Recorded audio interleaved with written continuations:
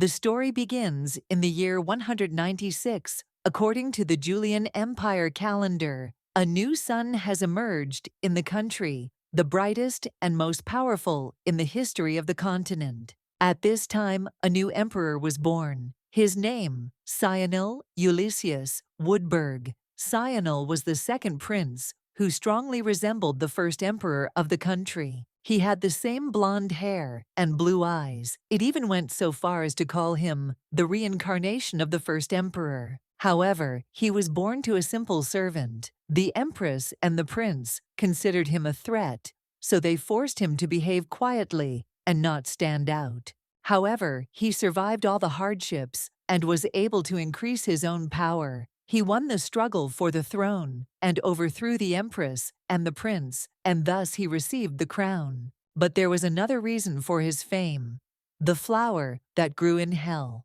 Despite his sculptural beauty, he was given this nickname for his fighting skills and composure. People told how one prestigious noble family tried to convince him to marry, but many heard that, in the end, the idea failed because the emperor was against it. Many people tried to negotiate marriage, but he did not pay the slightest attention to them. By the way, Sionil always had a loyal knight on his side. This knight is our heroine, Lindel Bodebachne, who, having perfected her aura at a young age and received the nickname of the Genius Knight, stood on the side of the second prince. The knights who followed her also joined Sionil's forces, and he came to victory in the battle for the throne. She was his right hand and best knight. That is why the new emperor blessed Lindel, and the empire had a bright future as long as these two existed. However, on the day of the coronation, one situation occurred. The emperor asked Lindel to repeat the words. For some unknown reason,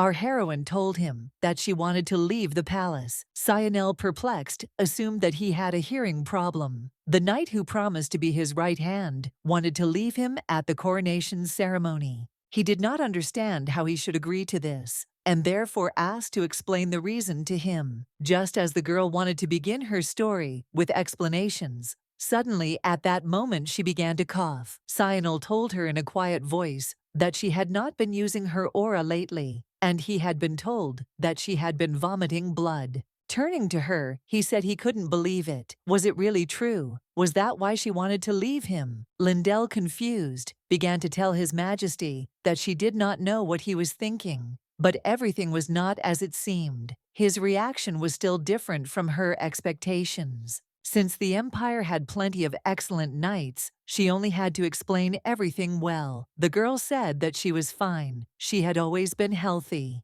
The guy looked at her with tears in his eyes and asked in bewilderment if she really wanted him to believe these words after she coughed up blood. Sitting down next to her, he said that she had always been the type to endure anything for him.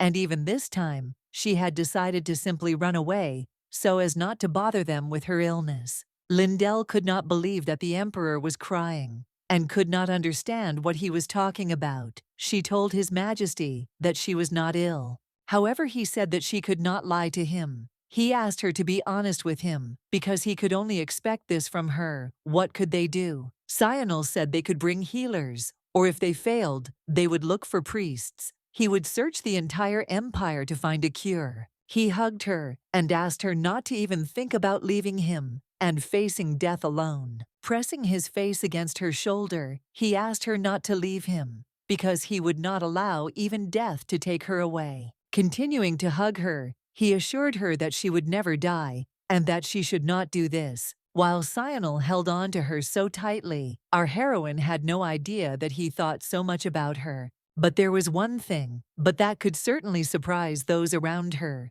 She is not dying. Sionil decided that she had an incurable disease because of the events that happened 6 months ago. That night was no different from any other, and it all started in her room. Once inside, she could only exhale heavily, saying how tired she was. She had a lot of training that day, and she came back to the room exhausted. She didn't understand why everything was so hard today, if everything was as usual. Holding her shoulders, the girl sighed heavily and said that they hurt a lot. At that very moment, she heard a strange rustling sound behind her. so she immediately turned around and asked the stranger who he was. A voice began to laugh, telling the vice commander of the Imperial Guard that her senses were quite keen. Our heroine, standing still, could not understand what this strange feeling was. She had never felt anything like it. At that moment, an unknown energy swirling around our heroine said that she was a black dragon. Shortly after these words, she finally stopped and landed on the floor of the room. It was a black Laroque. Our heroine asked her in bewilderment what she was doing there. In general, when did she even manage to show up? Lindell didn't even sense her presence. The girl at that moment told Lindell that she was considered the best knight in the Empire, and she came to offer a deal. With a wave of her hand, the woman asked Lindell Bodebachne to sign a contract with her. Our heroine looked around in bewilderment and asked what it meant. Laroque told her that she had to help her. Thanks to this, her deepest desire will come true. If she has a clear goal, it will be fulfilled immediately. And this is an incomparable chance. Lindell asked again, surprised if she was telling the truth. Was it really possible to do anything? Black Laroque smiled sweetly at the girl and said that everything was correct.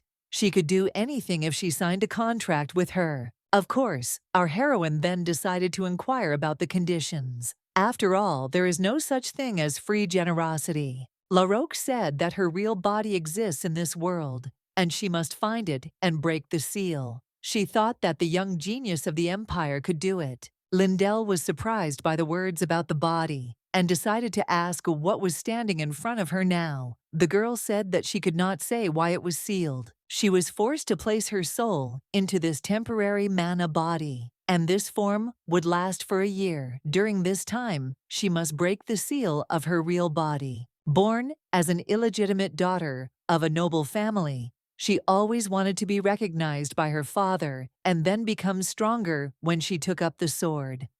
After meeting Cyanil, she wanted to make him an emperor. No matter how hard you try, it's hard to do anything with someone else's feelings. Cyanil became one, but Lindell never earned the recognition of her family. The man she wanted to attract never looked at her, but with the power of a dragon, was it possible? Without thinking twice, she decided to agree. Soon the contract was already signed. Our heroine wanted it so much that she made the decision without hesitation. However, she didn't want that. Coughing up blood was a side effect of adapting to the dragon's energy, but she couldn't tell anyone about it, and her body was healthy. She didn't know if the emperor would believe her, so she decided to first say that she was not sick. Lindell wanted to say something, but Cyanil interrupted her and said that she would never leave him, and even death would not take her. Our heroine understood that he would not believe her. One way or another, she said that she had always been His Majesty's knight and protected him so she would not die so easily. Looking at him, she said again that she was not dying and knew her body better than he did. Coughing up blood might have surprised her, but she was still fine. Immediately after these words, the emperor took the Lindell sword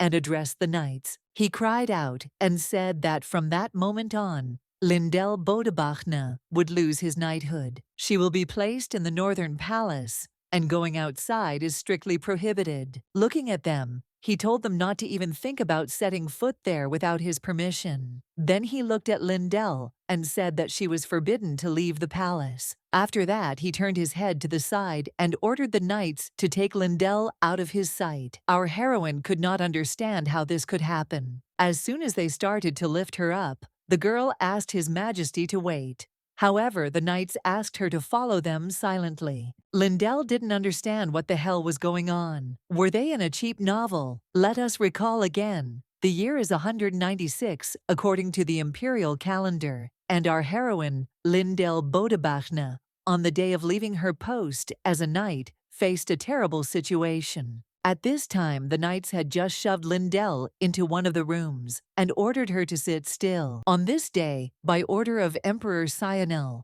the man she loves, she was locked in the palace. The next morning, a maid came into Lady Lindell's room and asked if she was awake. She soon apologized for the intrusion. This faithful servant was Lindell's maid Luna, who told our heroine that she had not eaten for several days, so she advised her to have at least a little snack. However, the girl was not in the mood for food, so she asked the maid to leave the food there, and she would eat later. Luna came closer and asked the lady not to say that, because it was better to eat while everything was warm. Lindell stood her ground. Anyway, Luna was worried because then the lady would definitely get worse. The girl thought to herself that nothing could go down her throat. She had been locked here for a week, even though she had done nothing. Our heroine couldn't tell the Emperor everything, even though she wanted to explain that she wasn't sick, but he wouldn't give her a chance. Would he visit her if she didn't eat or drink anything? However, her plan failed because Her Majesty the Emperor had never come to see her. Luna was very upset. At that moment, she told the lady that the chef had made duck soup because he had heard that it was Lindell's favorite dish. Was she sure she didn't want to try it? As soon as our heroine heard the combination of the words chef and soup for her, she was shocked by what this arrogant old man was cooking for her. Soon the girl began to lift the lid and tell the lady that everyone was worried about her because she had not eaten anything. Luna asked to accept the chef's sincerity and eat at least a couple of spoons. She began to play on pity, talking about how sad it would be to throw all this away. Lindell tempted herself for a long time, but still, if Luna asks, so, it has been known since ancient times that knights should not make girls cry, and it is definitely not about the delicious duck soup, but about the fact that she needs to follow the knightly code. Soon she coughed and said that she could eat a little to show respect to the cook. Luna was incredibly happy to hear these words. In that case, she said that she would prepare everything for the table. Our heroine decided to remind that she did not have a strong appetite. Luna told her not to say those words because she had to eat normally at least a little. Looking at Lindell, she said that her body was already not in good shape and that it required more strength to fight off illnesses. Our heroine is already tired of thinking that she is not sick. But if she does not find Larocque's body in a year, then real problems will begin. She thought to immediately go on a search and not get stuck here. At that moment, Luna told the lady that everything would be fine, because she would always be there, and she would become her strength. Looking at the maid, our heroine could not understand why she looked as if she wanted to take her apart. Her gaze was too heavy. Lindell laughed and told the maid that everything was fine. But she needed to remember just one thing: she was not sick. Luna smiled and said that she understood that completely. Because of this sarcastic answer, Lindell understood that she was not being listened to at all. But why did no one believe her, and what should she do? How to leave this place and start searching for Larocque's body? In any case, at this point, Luna set the table and wished the lady a pleasant appetite. Our heroine decided to put all her thoughts aside, thinking that first she should eat and then think about the rest. But at that very moment, the servant said that His Majesty the Emperor had come to her room. The girl put her fork down on the table, showing that she hadn't eaten anything. Just then, Sinal came up to her and addressed her. Looking at the dish, he told her in bewilderment that she hadn't even eaten a spoon. Was she really refusing to eat? Lindell was amazed. It must have happened because he came into her room. At that moment, he grabbed her by the shoulder and asked why she was doing this. Why was she now going to die of hunger? Lindell asked the Emperor what he was talking about, and why was he angry anyway? Meanwhile, the Emperor asked, does she really want to say that a former knight who can't even stand this is normal? Our heroine knocked his hand off her shoulder and reminded him again that she had said that she was not sick. Why hadn't he realized yet that this was a misunderstanding? Sinal suddenly screamed and asked her to explain to him why she was coughing up blood right in front of his eyes. Our heroine instantly turned her gaze away. It was all because of the contract, but unfortunately, she couldn't tell about it. The guy sighed heavily and soon turned to the priest and asked him to come to the girl and help her. The man came up to her and, taking her hand, decided to measure her pulse. No matter how much you measure it, he won't understand anything. Our heroine understood that it was impossible for an ordinary person to feel a contract with a dragon. The priest, after a short silence, said that her pulse was a little unstable, but her strength had diminished. Cyanil asked what the reason was. He gave his healer a week, so it couldn't be that he hadn't found anything. Looking at the priest, the boy said that he himself should understand what would happen to him if he didn't find a cure. The man immediately fell to the ground and began screaming, asking to kill him, because he did not understand at all what the reason was. Lindell screamed in bewilderment and asked His Majesty to stop all this immediately. An innocent person should not suffer because of her. The healer stood up and looked at the girl. Our heroine told him that it was not his fault, so he could rest easy. Once again, our heroine said that no matter how long she stayed here in the end, they would never find out the reason. By the way, she couldn't tell the truth,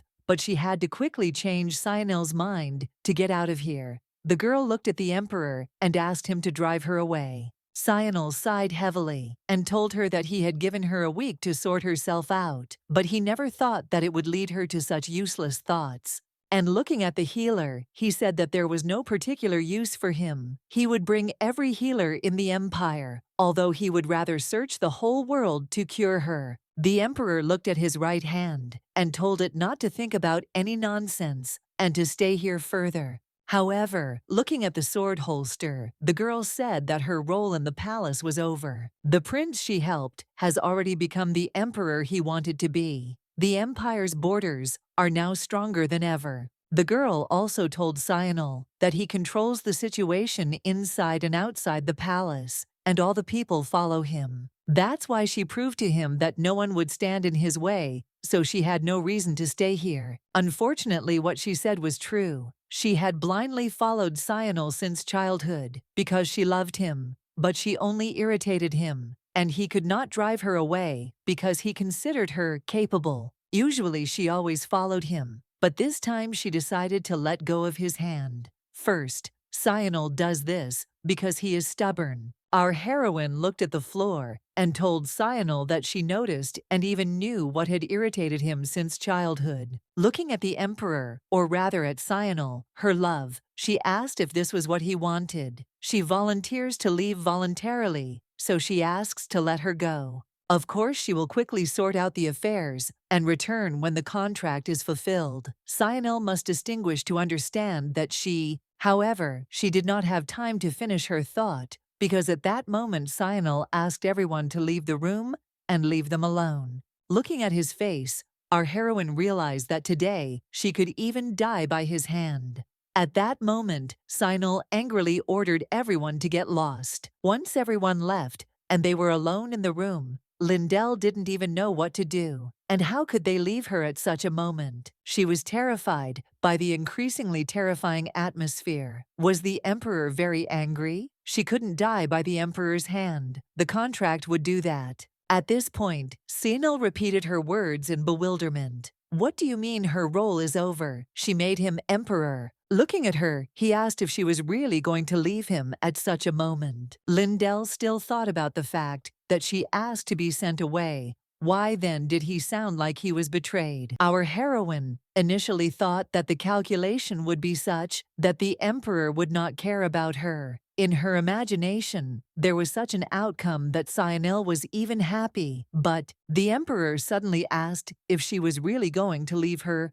Why? Was she afraid of him? Lindell looked at him in bewilderment and said that he was mistaken because it was not so. Unexpectedly for our heroine, she saw a tear fall, and raising her head, she saw a crying Cyanil, who asked her why she wanted to run away from him so much. He told her that she should have told him right away that she was sick. She should have asked him to save her. She should have done it. Lindell was horrified to realize that she had hurt Cyanil, and he was upset with her. But what was going on? She had acted so obviously that almost the entire country knew about her feelings for him. But of course, not him. Everyone knows that the Emperor will never open his heart. Rather, he was pushing her away, as if he wanted the master's relationship with the knights, but not with Lindell. Therefore, she expected that if he did not cling to her, she would leave. Why was he crying then? At that moment, the guy sat down on his knees and turned to our heroine. Taking her hands, he began to ask her not to leave him and to always be near. Lindell felt his hands trembling. With tears in his eyes, he continued to ask her to say as usual, with a shameless face, that she loved him. Our heroine certainly didn't really consider him a man who cleaned out his circle and became emperor. Cyanil told her to ask him for help,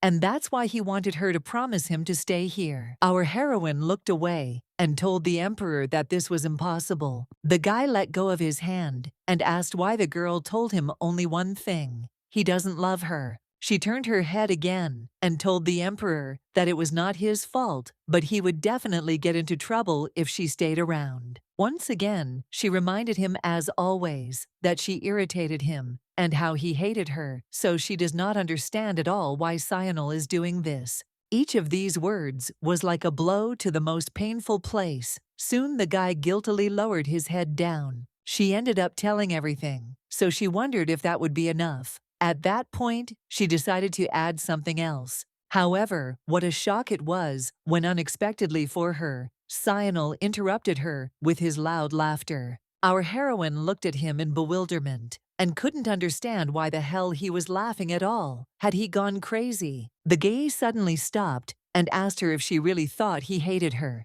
He sighed and said that it didn't matter to him. She could blame him for everything, even curse him every day, but just not leave. He hugged her tightly again. Our heroine did not understand what was happening and wanted to tell him something, but he interrupted her and said that he would not let her go. Lindell was finally at a dead end, not understanding what was going on and why the emperor was behaving this way. She hoped that he would easily agree, but once again, he interrupted her thoughts because at that very moment, he whispered to her that he loved her. Our heroine was confused. What? Did she really hear things wrong?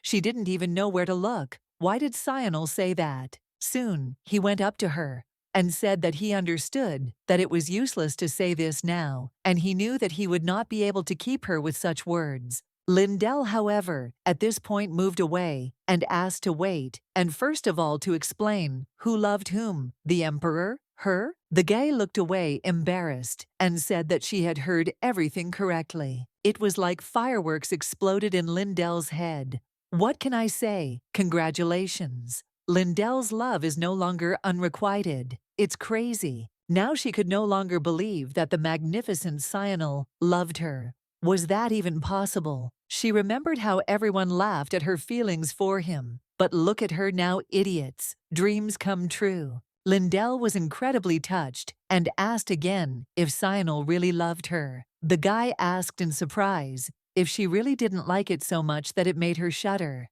He knew it was hard to believe such sudden words. Lindell was just thinking that she liked everything so much that she didn't even have time to assess the situation. Suddenly, the girl realized something. If the emperor's words were true, then what would happen to her wish? Literally, the reason she got into all this was because she thought Cyanil hated her. Cyanil suddenly told her that she could not believe his words because he himself was to blame. Our heroine, nevertheless, stopped him and said that she believed. However, the cool news did not end there. The emperor told her at that moment that she would soon become Empress. Impera, what? Our heroine was in incredible shock. What did he do? Coming closer to Lindell, he told her that she would be his Empress, and that was why she would not go anywhere. He said that now she would always be by his side, and he would be by her side. Lindell thought about it. She loved Cyanil, of course,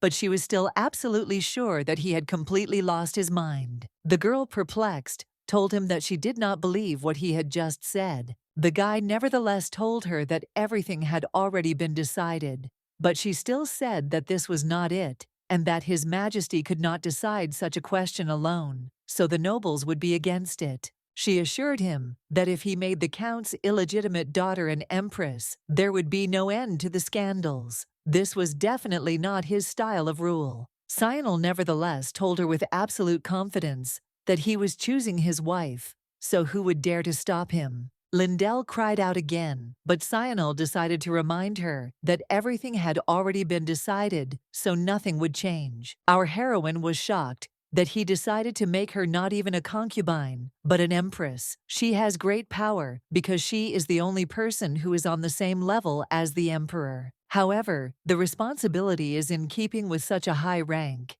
It would be a lie to say that nobles only enjoy power and eat well. She understands well how much work lies ahead. Again, she loves Cyanil, but she never thought of becoming an empress. She always wanted a comfortable life and fun. Even the life of a knight is very tiring, and he offers her to work for the empire until old age? Although no, right now, that is not even important. She still needs to leave the palace and find the dragon's body to complete the contract. If she fails, she will truly die. Lindell didn't want to let that happen after this news. The girl suddenly screamed, saying that she didn't want to become empress. Cyanil, of course, was surprised by her words, but said that she still had no choice, even if she was so disgusted to be near him. Our heroine told him that she didn't mean it, but he looked at her and advised her to forget about thoughts of running away and dying alone because he wouldn't let that happen. The girl could no longer control her emotions because all this was rather absurd. She said again that she was not dying.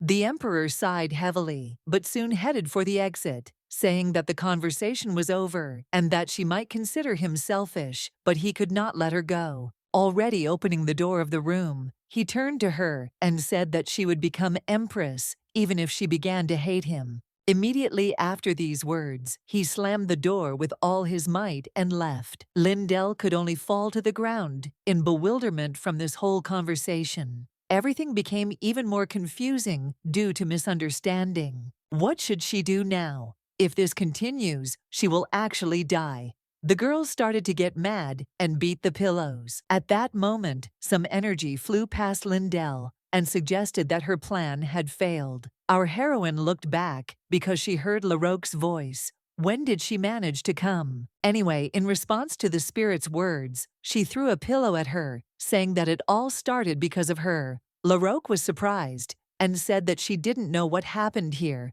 but throwing pillows is not worth it. Our heroine started screaming anyway and asking her to cancel the contract. Larocque said that you can't go back on your word after the contract, but Lindell replied that it was a force majeure. After a while, Larocque knew about everything and, perplexed, decided to ask if she understood correctly that the problem was that the emperor loved her. Was that really so bad? The girl said that she would not be able to fulfill her part of the contract if he remained like this. Cyanil simply would not let her out of the palace. Larocque was surprised. She advised to escape secretly, then find the body, break the seal, and finally return. It was not that difficult. Lindell, however, said that she could not just leave. Unfortunately, there is a powerful birth barrier in the palace. Even several great wizards cannot break it. That's why if she tries to pass this barrier, there won't be any bones left of her. Larocque was surprised again. If that was the problem, she said she could easily deal with it. Once again, Lindell decided to say that they were in the palace. So with a simple spell, such a thing would not. Larocque sighed, saying that she always underestimated her. However, she reminded that she is a dragon, which is called the Master of Magic. A simple barrier created by humans simply cannot stop her. Our heroine decided to remind her that she couldn't even find her body. Larocque responded by saying that the whole situation was a bit specific. Anyway, she asked to watch her carefully. One movement of the hand would be enough for her. The girl cried out happily and soon snapped her finger. As soon as nothing worked, she decided to snap it again and again and again. Larocque didn't understand why it wasn't working and said that it couldn't be. Lindell sighed heavily and told her that she had proven the same to her. They are in the Imperial Palace, where, by the way, the blood of dragons flowed in the veins of the previous emperors. This barrier has been strengthened over generations, and that is why the work of hundreds of years cannot be destroyed just like that. Lindell added that magic cannot be used here. Only pure human magic or the divine power of priests is allowed. LaRoque screamed in confusion and asked what they should do. Then, if she couldn't escape, she would be in trouble. Again, Lindell smiled and said that she had already told her about it. LaRoque said that she thought the Emperor wasn't interested in her fate at all. Lindell asked the dragon in bewilderment why she had suddenly started talking about him. Soon they started arguing. After a while they were lying on the ground. LaRoque sighed heavily, saying that she couldn't believe she had chosen such a person. Why was she so unlucky? She suddenly told Lindell that she thought she had the willpower to live a long life. So why couldn't she convince the Emperor? She was the best knight in the Empire. Lindell thanked her for the compliment, but thought about it. It seemed that canceling the contract would not work, but time was running out, and every second and minute counted. A solution had to be found. The girl jumped up at that moment, saying that they had a contract. LaRoque asked what she was talking about. Lindell explained that the contract affects both sides.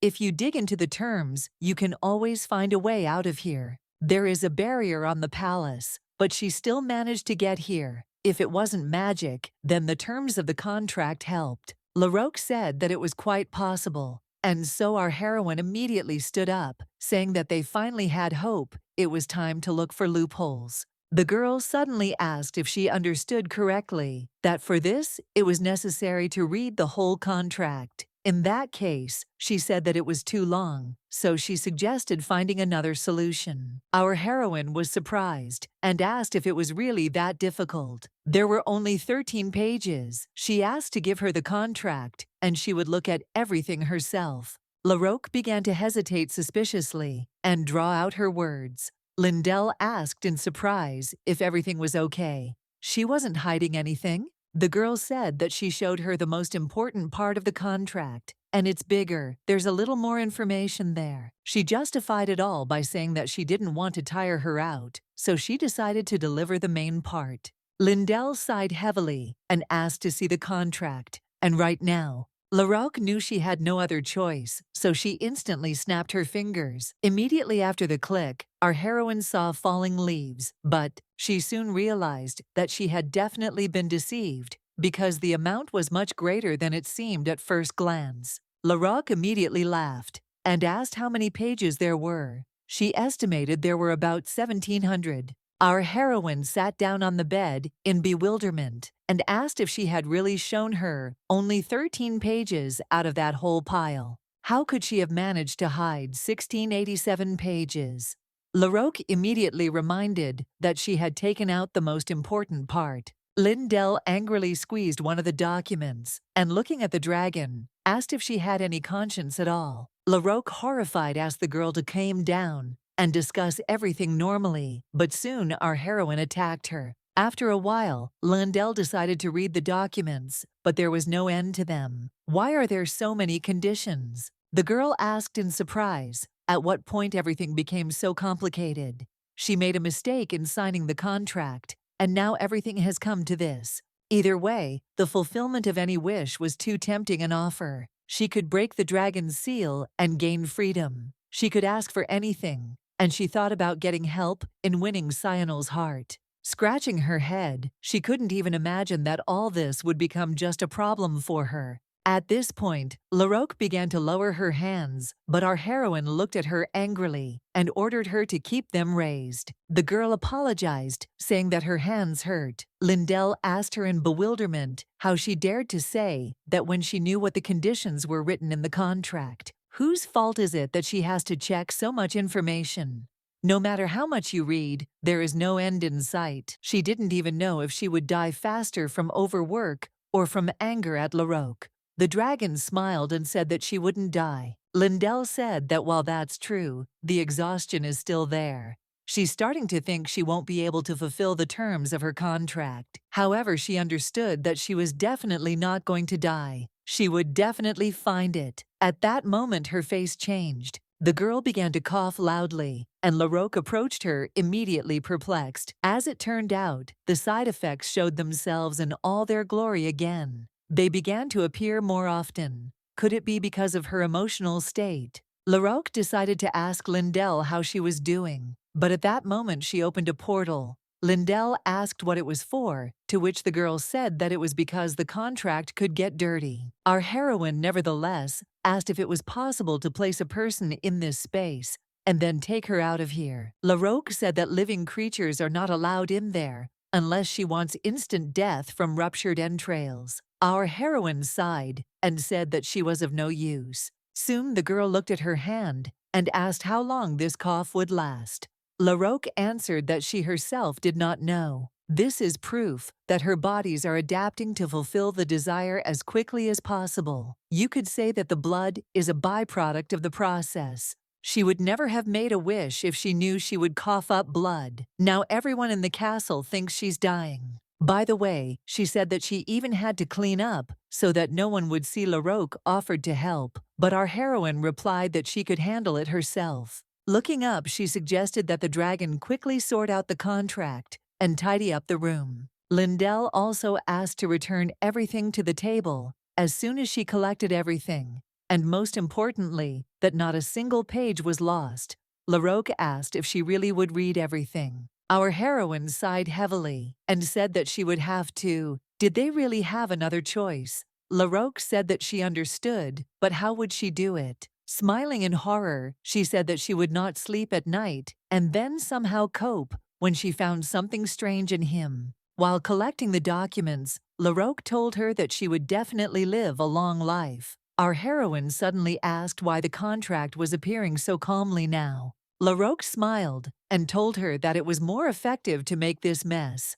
Our heroine smiled and said that it was true because she almost fainted. At that moment, the knight called Lady Lindell and said that someone had come to see her. Our heroine, perplexed, said that she was not ready yet. LaRoque also said that her room was not in a very good condition. At that moment, a visitor's voice was heard. Lindell realized in horror that it was the commander's voice. The dragon screamed in confusion and asked what they were going to do. Lindell told her to be calm because she was thinking now. Either way, she couldn't understand why the guard commander had come so suddenly. In any case, LaRoque had to be driven out first. Just as she was about to say something, our heroine discovered that LaRoque had already run away. She was very good at throwing her away. Wait, why did she leave the papers there?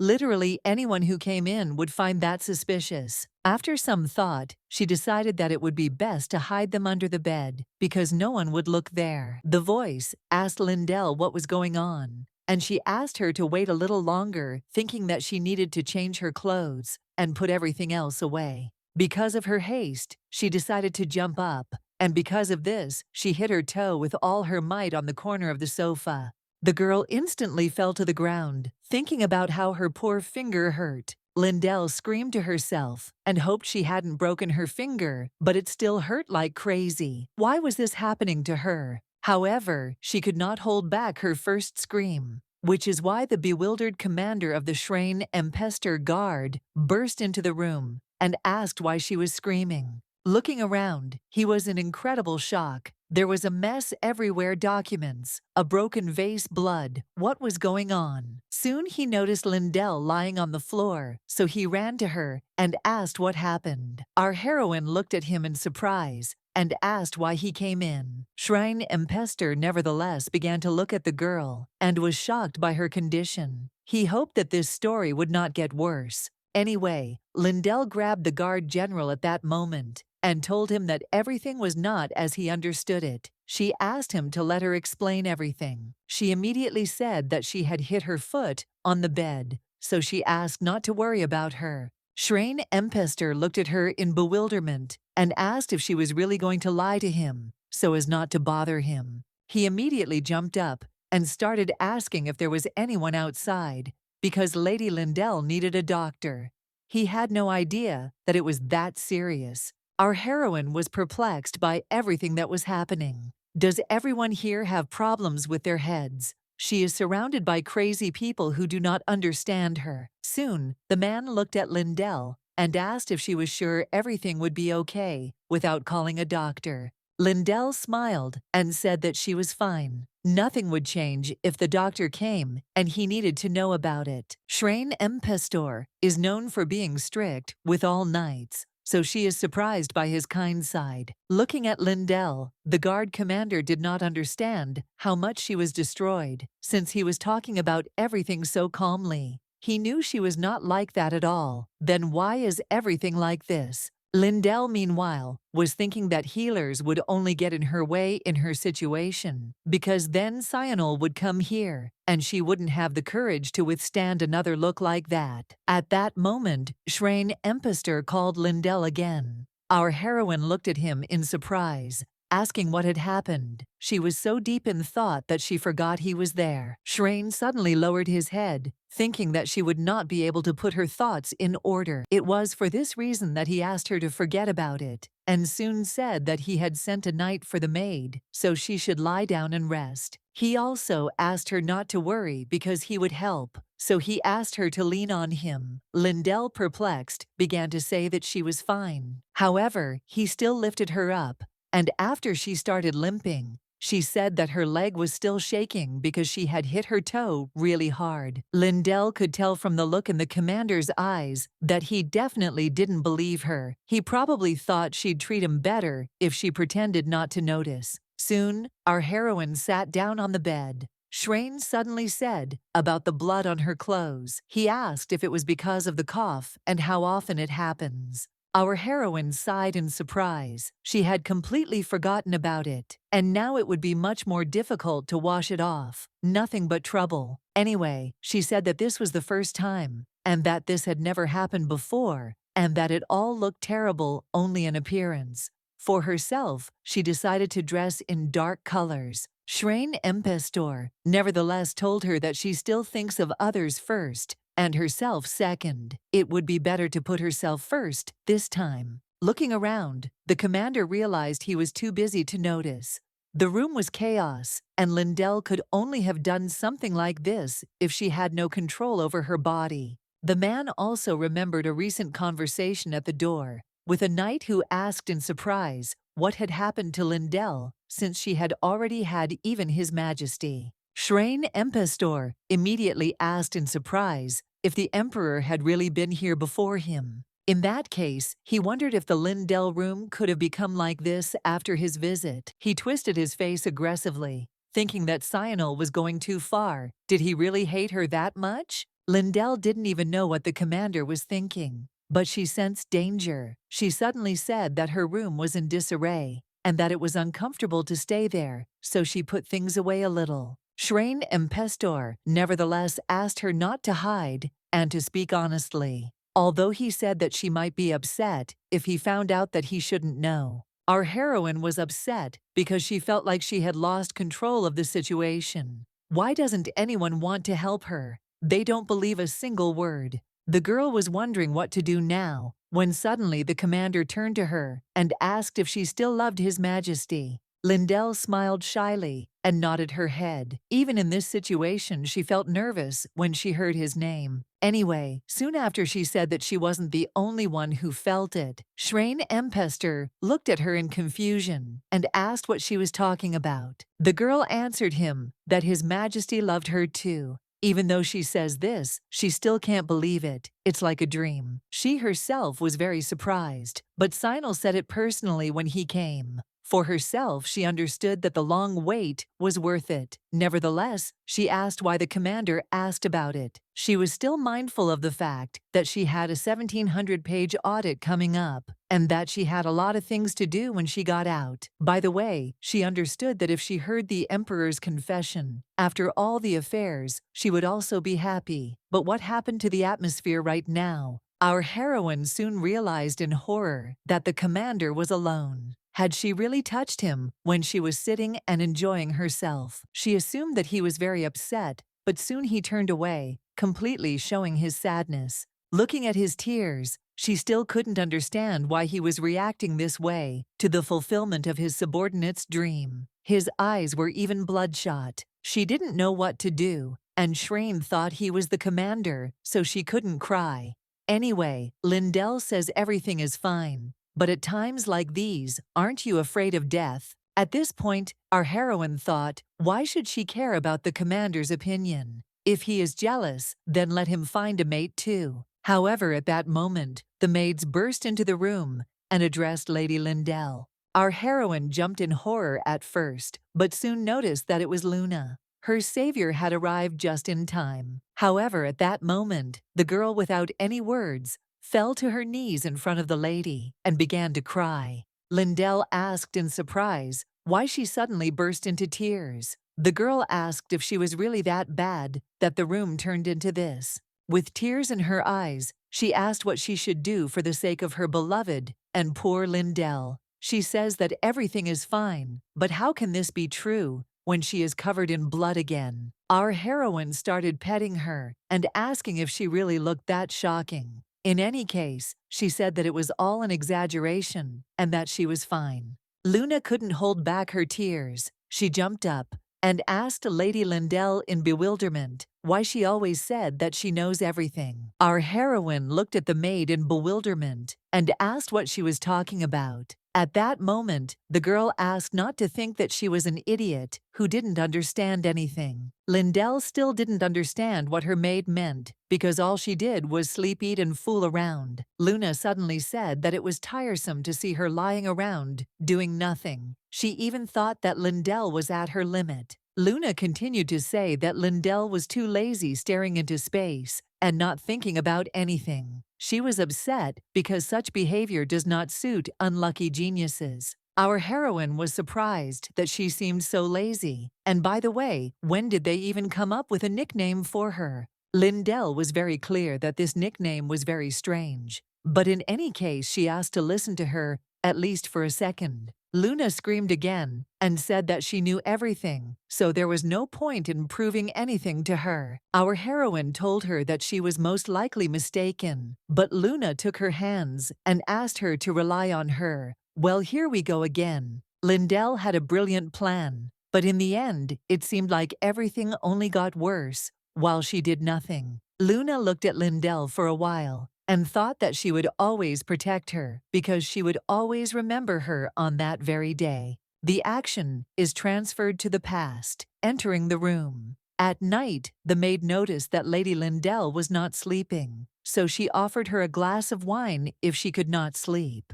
Meanwhile, Lindell looked up thoughtfully and asked if she needed that glass. She didn't even know. However, Luna covered the lady, telling her that her body was already not in order, so she better sleep. Lindell answered her that she was not sick and could not be. Soon, our heroine looked down and said that people always hear only what they want to hear. People don't want the truth. They want what they believe in. It was a pretty stupid decision, but she couldn't blame them. Smiling, she added that it was all her own fault. The maid told her it was not true. She did not know why Lady Lindell was talking about it, but everyone was worried about her. Our heroine told her that she knows that they are good people. And by the way, Luna is also good. She just didn't think that she would ever find someone who cares about her as much as Luna does. She is always grateful for that. That's why she hoped that they would have a long and happy future. Luna looked at Lady Lindell in horror and did not understand whether she was really going to die. Is that why she acts like she's going to leave soon? She endures the pain so as not to scare the people around her. Luna hoped that the lady would tell her everything. In turn, she could only tell her that she would be fine. Our heroine smiled and said that everything was right. Everything would be like that, and she would always be there. And again, the action takes us to the present. Luna could not let her mistress go so easily. She has always been kind to her, so she will be there no matter what happens. The girl suddenly said that Lindell apparently does not move because of pain and does not eat because of a sore stomach. She again pretends that everything is fine, so as not to worry her. Our heroine didn't understand what the maid was talking about. Although it was all lazy, what was she supposed to do if she was no longer a knight? And she didn't eat because healthy food was disgusting. Shrine Empester joined in the morning and asked in horror if Lindell hadn't eaten because of her stomach ailment. Our heroine screamed and spoke directly about the disgusting taste. The guard commander stood by his opinion anyway, so he looked at Lindell in horror and asked how terrible the state of her body was. Lindell knew they didn't believe her. Luna suddenly said that she was thinking about her loved ones, and that's why she looked so devastated. Lindell, in turn, wasn't thinking about anything. The maid, meanwhile, continued to complain that Lady Lindell continued to pretend so as not to cause them trouble. No matter how much you try to explain, she came to one possible solution, and that is, chase everyone away. Our heroine apologized after a short pause and said that she wanted to be alone. That's why she asked to leave her room. After a while, our heroine finished taking a bath, and as soon as she lay down on the bed, she only thought that after bathing, you feel much better. There's nothing she can do anyway if this keeps happening. And how did it turn into this? Instead of constantly trying to correct the misunderstanding, it would be easier not to explain her condition every time. This means that the question of escape must come first. Just at that moment, the girl remembered about the contract. At that very moment, she crawled under the bed. Of course, no one noticed these papers because she hid them in a convenient place. One way or another, you need to read them from time to time. But there are only pages here, so it's hard to hope for a quick solution. She suddenly wondered if she should talk to Sionel first before leaving. She sighed heavily and said that she would do it tomorrow, but she didn't have the strength for today. First, she needed to clearly define her current state. It was also important to decide what to do next, so she decided to read the contract. Thus, the action takes us to the next morning. Having sat in one place all night, our heroine did not even know how many pages she had read, although a whole mountain remained. Stretching, she reminded herself that it wouldn't be easy to get through all 1,700 pages. In any case, it was already light outside, so it was worth going to Sionel. She would try to persuade him to let her out of the room, but her face was not in the best condition. After a sleepless night, they would definitely get the wrong idea. Although she stood guard all night during national events, it did not create any problems back then. She nevertheless moved forward, thinking that the conversation could not be postponed, since the issue of the future Empress was at stake. Just then, Luna entered the room, apologizing prematurely for the intrusion. However, the first thing Luna said was not what she wanted. She screamed in horror and asked what those circles were. Couldn't she sleep? Lindell told her that she was a little busy. Luna screamed in horror that she didn't have to do anything. Lindell looked terrible in her opinion. Anyway, Lindell said she had something to do, so she suggested they talk about it later. Luna, confused, asked the lady where she was going. Realizing that there would be no answer, the girl decided to conduct Lindell. If it was urgent, our heroine understood that if she kept silent, she would at least be able to get out of here. Already before leaving, firstly, Luna asked the lady to be careful, and our heroine was surprised by what she saw. In the early days, there were always 2 knights, as is generally accepted. But at what point did there become 3 of them? Luna whispered that His Majesty was angry about Sir Shrine Empistor's visit, so they reinforced the guards of the Northern Palace. There are even more knights outside, by the way. Lindell was still curious how the commander got here. It seemed he disobeyed the Emperor's order, although most of the knights respected the commander, so they decided not to interfere with him. However, at this point, the knight said that Sir Impestor was now forbidden to visit this place. The guy then decided to ask Lady Lindell how she was feeling. If everything was bad, he could call a doctor. Our heroine looked at him and said that there was no need for that. The only thing she wanted was to meet His Majesty. The guy said that, although he didn't know the reason, it was still impossible to do. He asked her to go back inside. Lindell nevertheless pushed him aside, asking him to get out of the way because her question was urgent. And again, the knight walked around and stood in front of her, saying that he could not let her pass, so he again asked her to go to her room. Our heroine looked at this knight's face, rather with disdain. Just look at this knight. At this point, Luna decided to turn to Lady Lindell. Our heroine suddenly realized that everything was not going as she wanted. She instantly clutched her heart, thinking that if they wanted to consider her sick, then she would show them what that meant. The girl began to scream in bewilderment and talk about how her heart hurt. The knight immediately ordered the other assistants to call the doctor here. Lindell smiled slyly and still continued to talk about how her heart ached. All the supreme gods had mercy on her because the exit finally opened right in front of her. The girl instantly somersaulted over the knight and soon landed behind him. Lindell immediately started running quickly, and Luna screamed in bewilderment and asked to stop her because she would run away. Our heroine looked around in bewilderment, realizing that they were all noisy. If things continued like this, she would definitely be caught. However, at this very moment, our heroine managed to crash into someone at such a crucial moment. Who is it? Lindell scratched her head in confusion and wanted to ask why the hell someone was standing in her way. But as soon as she raised her head, she noticed that this obstacle was none other than His Majesty. Of course, the first thing the Emperor asked was why Lindell was here. Our heroine didn't even know what to do. She was looking for Sionel, but she got so excited as soon as she ran into him. She started to say, His Majesty, in embarrassment. The guy looked at her in bewilderment and asked if she was really so disgusted by pronouncing his name. The girl immediately told him that everything was completely wrong, and that was not the issue. Sionel, nevertheless, asked the girl to answer the question of what she was doing here. At that very moment, the knights arrived, caught up with Lindell, and seeing the Emperor, began to apologize for their mistake. Our heroine understood that the knights would definitely be punished in this way, but she could not allow this. She immediately hugged Mr. Sionel. The Emperor, perplexed, asked if she had just addressed him by name. The girl smiled nonetheless and said that she had been looking for him. Sionel looked at her again in surprise and asked if she really wanted him to believe her words. It was even insulting, because it seemed like she would be considered a liar for the rest of her days. She had somehow put her feelings in order, so she had to speak carefully. It was impossible to do so, that the innocent knights and the moon would be punished. Our heroine hugged His Majesty even tighter and asked if he really didn't believe her. The aura of sincerity emanating from Lindell even melted the ice of the knights and Luna.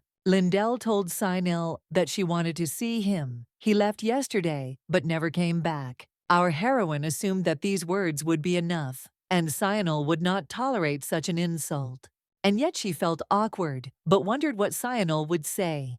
At that moment she raised her head and noticed the Emperor's embarrassed smile. Did he really like it? I would have thought that he could make such a facial expression. By the way, up close, he was even more handsome. Suddenly the knights coughed, making it clear that they were still there. At that moment, the Emperor turned to her and said that he would come more often, but asked her not to leave her room. Lindell didn't understand why he was talking, as if she was trapped in a palace. She wanted to get out of here. Our heroine told him that she didn't want to sit inside. She wanted to go outside. However, the Emperor said that she couldn't do that. Lindell asked why, to which the Emperor replied that she was no longer the same as before. Our heroine, however, told him that she was absolutely no different. All this empty talk was incredibly tiring. She couldn't tell about the contract, but then what should she do? At that moment, Sionel looked at Lindell and told her that she had to understand the reason. The Emperor embraced her and asked her to return to the room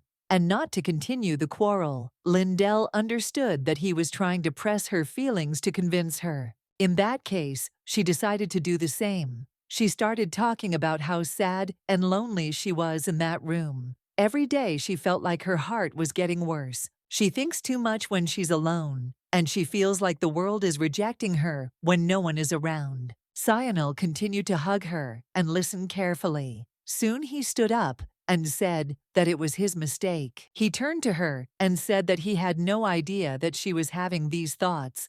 Lindell was incredibly happy that it worked. Sionel took her hand at that moment and told her that she was not alone. Soon he asked her not to worry because this would not happen again. Looking at the Emperor, she felt a bad feeling. It was at that very moment that Sionel told her that she would move into his palace. For the future Empress, he would make an exception. Our heroine was in incredible shock. She wanted to leave the room, but everything only got worse. Lindell began to say that she didn't quite mean it that way. The guy nevertheless asked her not to worry because now she wouldn't feel lonely. Now Lindell knew she was finished. She had literally dug her own grave. If they put her in his room, it would be harder to get out of the palace. By the way, she remembered the issue with the Empress, so she decided to tell Cyanil that she cannot be the Empress. She explained this by the fact that she was a former knight and the illegitimate child of a count. She did not have the education of a lady, since it was replaced by swordsmanship. That is why she thought that the daughter of a duke or marquis would be more suitable for the position of Empress. The girl began to say that she was not suitable, but at that very moment one of the knights asked in bewilderment what she was talking about. Lindell noticed that it was the general speaking. Where did he even come from?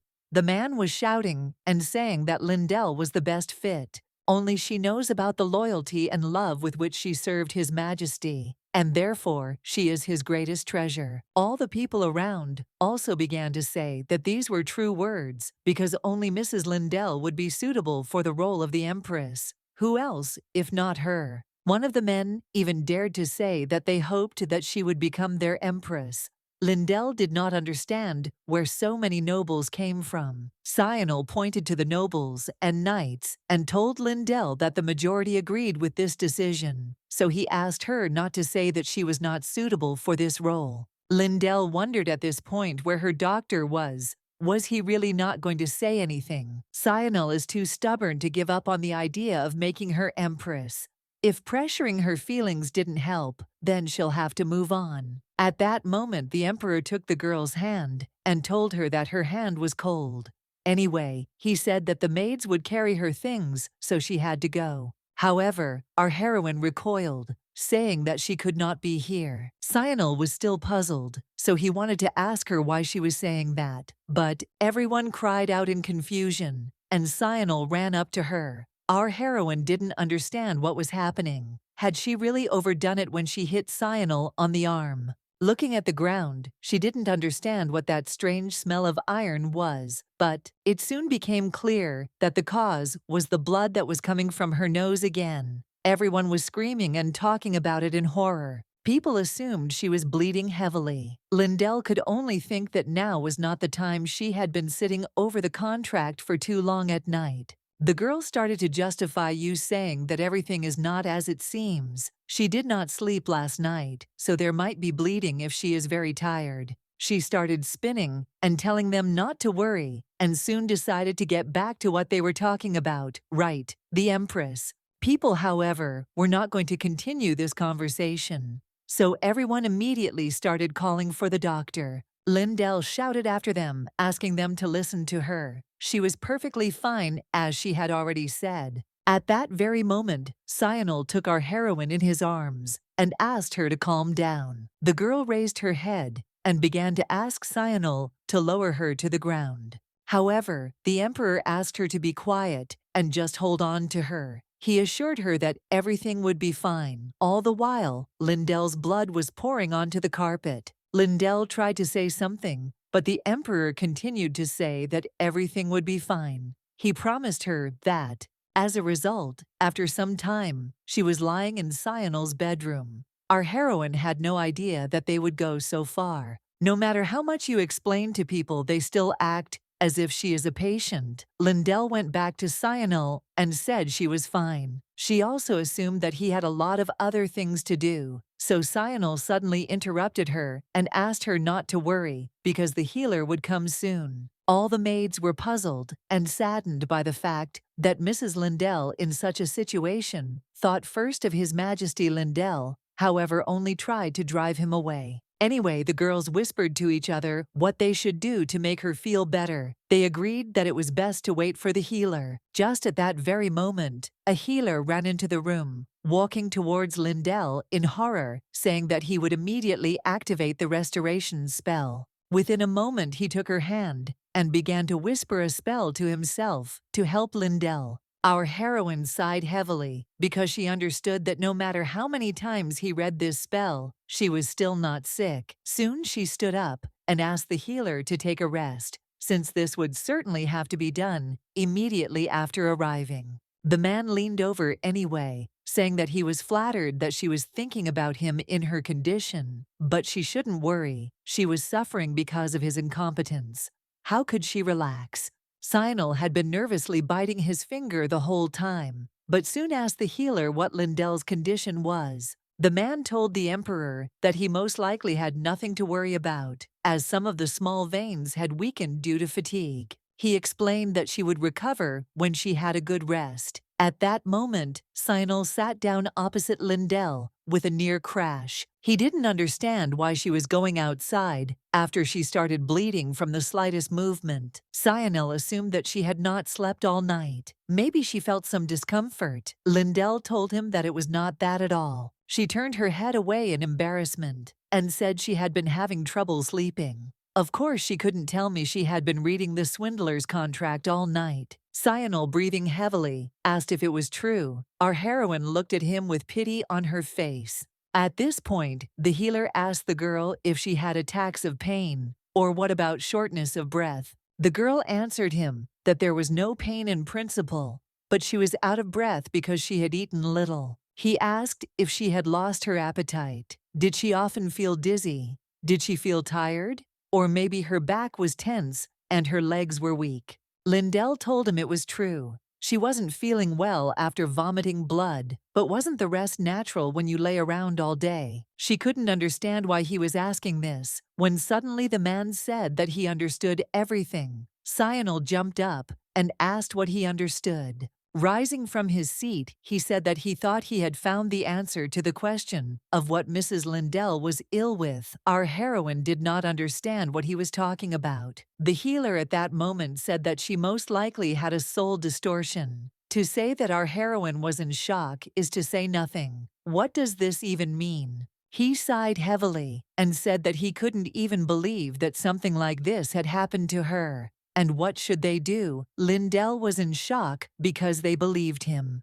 She knew that any normal person would say that this was just a plot from an old-fashioned novel. Nevertheless, Cyanil asked what it meant. The healer replied that he would explain everything now. Mrs. Lindell had not suffered any serious injuries recently, nor had she been poisoned. That's why he focused on things that take a long time to show symptoms. He searched for information in countless books. He was still able to find a disease whose symptoms matched. At first, it was hard to believe, but now he was convinced. Again, he sighed heavily and told the lady that she had a distortion of the soul. Lindell only said to herself that the only thing that was distorted was his head. Cyanil clenched his fist and asked the healer why he decided so. The man answered him that it was a curse. It was she who showed the symptoms of a person who had long been cursed. Our heroine was incredibly surprised. Her body is being rebuilt to fulfill her desires. It is a process that occurs independently of the body's owner. In a way, it is truly a curse. She looked at the healer and asked herself if he had guessed what was happening to her, although he claimed that the curse had been on her for a long time. But the contract was concluded recently. Our heroine at this point became a little overly excited and said out loud that it was not that long ago. Silence fell in the room. The girl instantly realized that she had accidentally said all this out loud. The healer immediately assumed that Lindell knew the truth. Our heroine, perplexed, asked what he was talking about. The man replied that she had reacted distantly, as if she knew what was happening to her. She knew she was cursed and knew what it would lead to. Cyanil, at that moment, screamed in bewilderment and asked Lindell why she hadn't told him. The healer began to cry and say that she simply could not say it.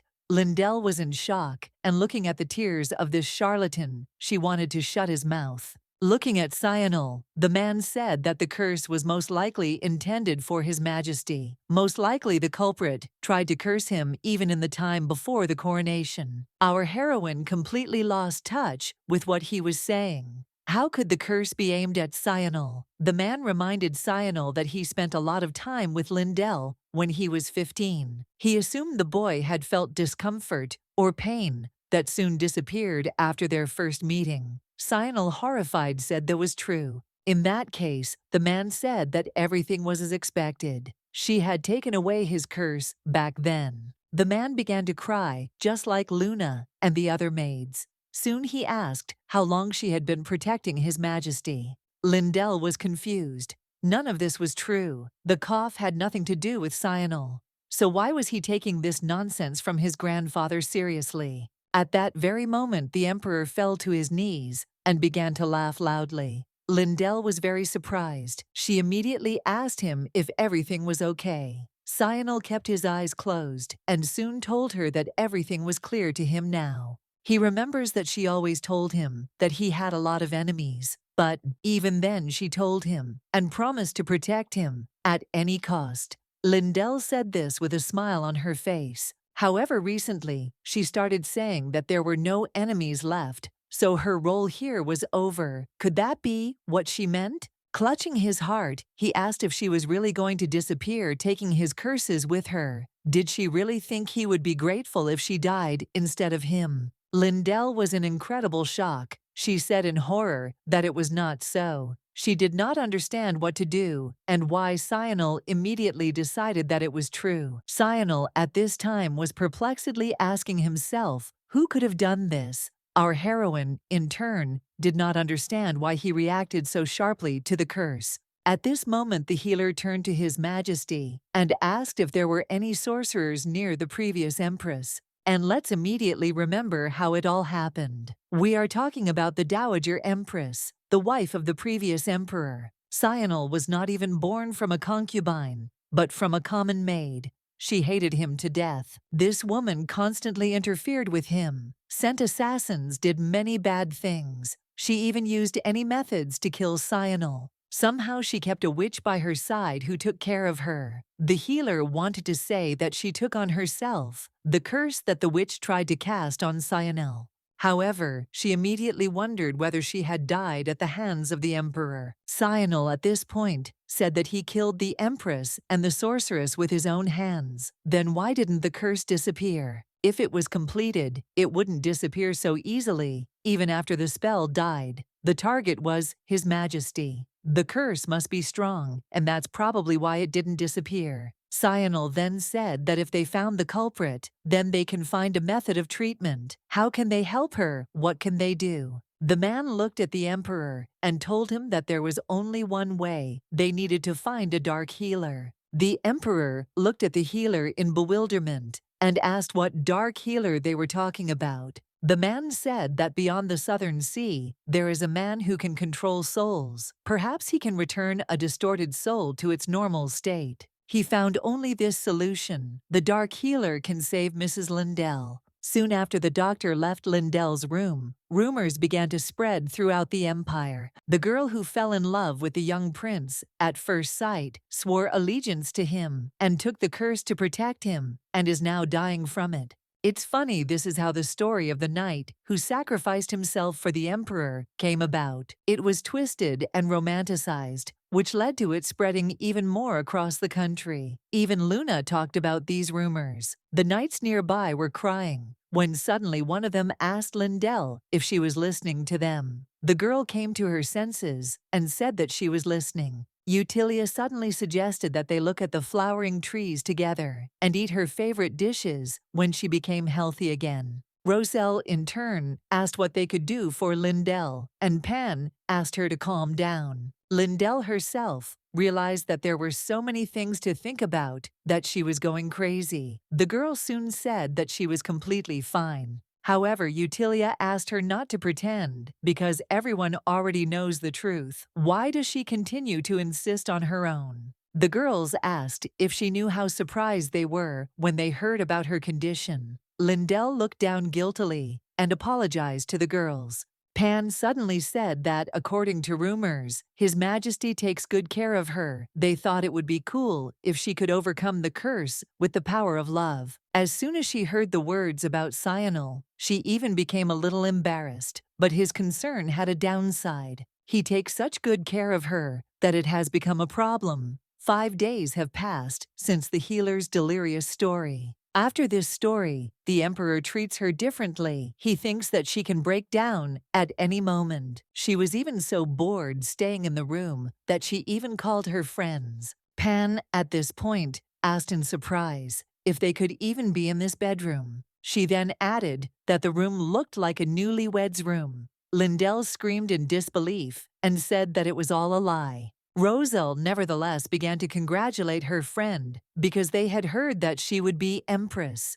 Utilia was surprised that her efforts and love had reached Cyanil. In any case, they were glad that she could become happy, so they asked her not to worry about little things and just get better, and she could also call them if she felt bad. Pan at that moment said that His Majesty is doing everything to find the Dark Healer. Many knights went to search. They will turn the whole empire upside down for sure. Lindell was surprised that even the guards had left the palace, could not be left unattended, because there would be no one to protect His Majesty. The girls turned to her and said that she seemed not to understand the seriousness of the situation. It was a question of the health and life of the Empress, the mother of the country. Even the commander of the Shrine Empester Guard himself led one of the search groups. Pan asked her friend to stop thinking about others and finally focus on herself. Lindell apologized and said that she was already thinking about herself. She suggested that it would be better to wait for the Dark Healer to clear up the misunderstanding. Suddenly, Roselle came closer to Lindell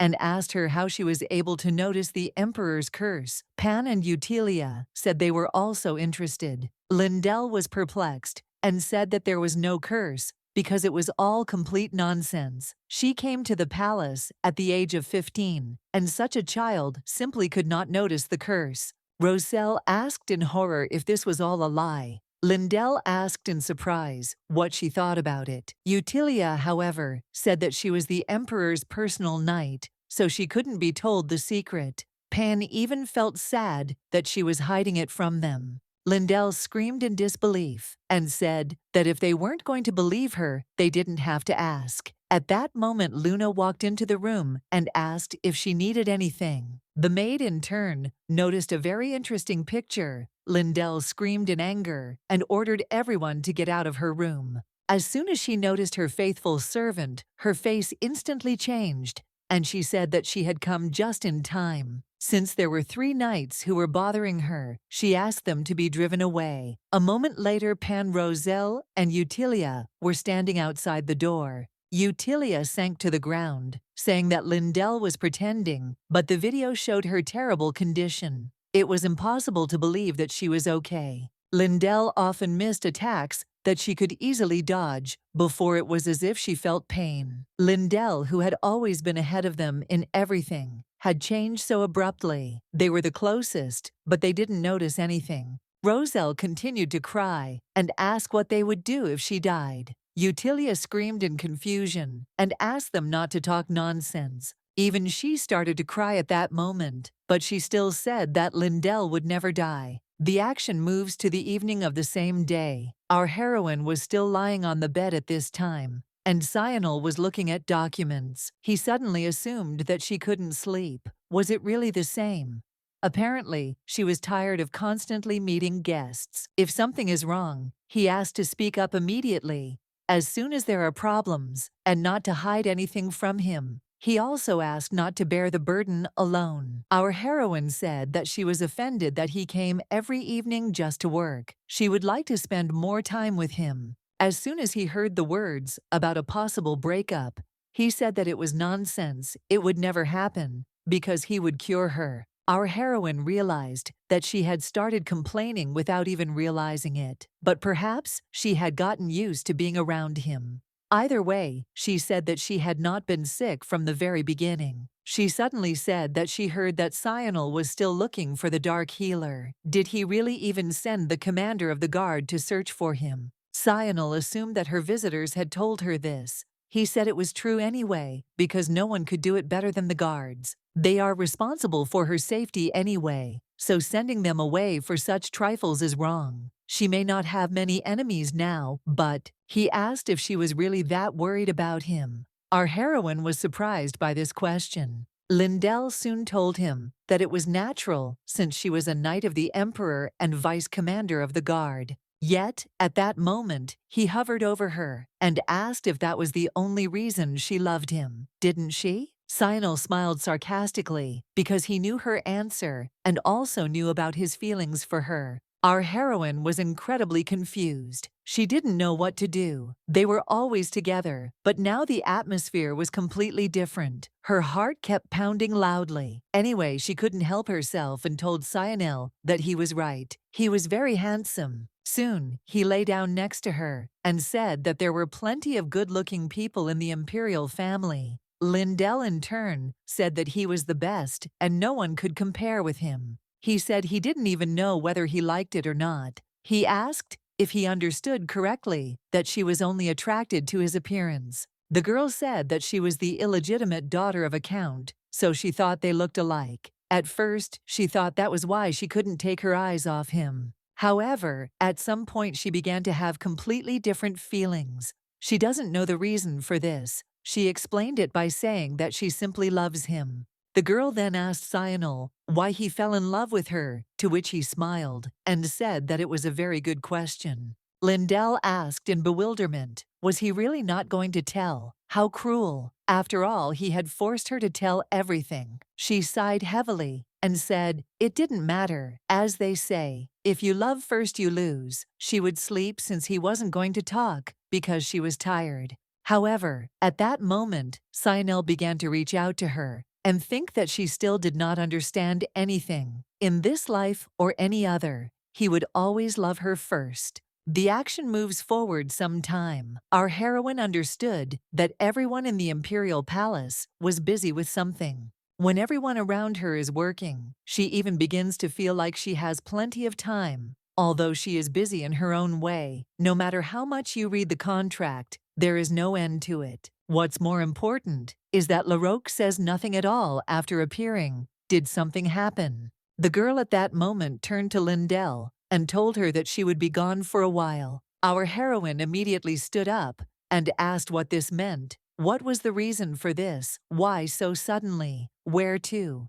And what would they do with the loopholes? Larocque told her that she had urgent business, and she didn't want to leave her, but it was important. Still, our heroine was perplexed and asked where she was going to go alone with an incomplete body. After all, she herself said that it was created from mana. Larocque told her that she was still a dragon, even if she appeared in front of Lindell in that form. That's why she said that wasn't the problem. Lindell apologized and said she was worried about her. The girl said that she understood the intentions of her words, so she asked not to apologize. In fact, it was her fault that she was leaving her, because they had little time anyway.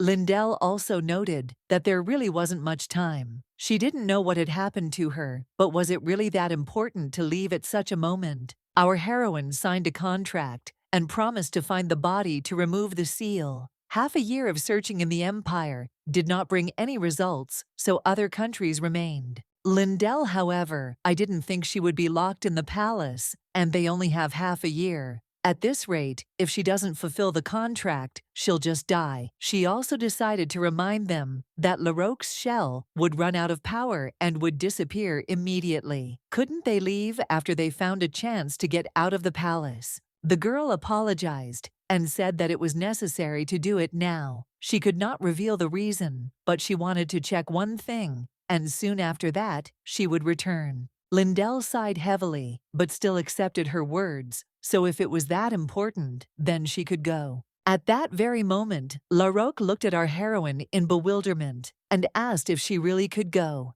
Lindell told her she wasn't going on her last journey, so yes, she could go. And anyway, why ask her if Larocque made it clear she was going to go anyway? Larocque asked in surprise, what if she was late or didn't come back? Our heroine thought about it, but soon said that then there would be only one option. They will die together, and soon they will walk hand in hand into the afterlife. The girl sighed and said that she sometimes forgets what kind of person Lindell is. One way or another, our heroine still told her that she would return. Larocque asked if she believed her. Our heroine asked in surprise who else she could trust if not her. In that case, Larocque decided that she had to return. Soon she thanked her for her understanding and promised that she would definitely do it. Our heroine told her to act faster and she would look for ways to escape. At that moment, Larocque snapped her fingers and said that while she was not here, she would give her one thing. Showing her the bottle, she said it was Estelle, a precious medicine that only the dragon race could make. It should be drunk if there was any problem. Our heroine asked in surprise if she really meant by these words that the side effects would get worse. Larocque said she only gives it as a just-in-case treatment. Lindell then asked to clarify for what problems it should be taken. The girl said that she needed to think a little, and soon she smiled and said that she needed to take the medicine when it seemed like she was dying. Our heroine was in incredible shock. The dragon, in turn, began to laugh and say that she was joking. If she feels strong changes because of the contract, for example bleeding, then she needs to drink it, and it will balance all the processes in the body. Lindell asked why she hadn't given it to her, before Larocque explained that it was difficult to make. Since it was sealed, she had to ask a friend to help her make it. Our heroine decided in any case that if it was so valuable, it would be better to drink it right away. However, Larocque began to stop her. She was perplexed and said that this was a dragon medicine that could cause side effects in humans. In that case, Lindell asked why she should give it to her. Larocque sighed and said that she had warned her to drink it only for emergencies. Lindell suggested that in that case they would have to drink when something serious happened. Larocque stood up saying that she hoped that would not happen. Soon after, she opened the window and said that she was going. However, she decided to say one last thing. Smiling, she said confidentially that it would be okay if the contract was a little delayed. Lindell recalled that she told her that she would die if they did not complete the contract on time. The girl said that this was motivation not to waste time. Lindell screamed, saying that she was cheating on her for the umpteenth time. However, Larocque jumped down and said that they would see each other later. Our heroine only screamed in bewilderment at the end and said that she was a fraud. Soon several days have passed since Larocque left. Our heroine still hasn't figured out how to find her body.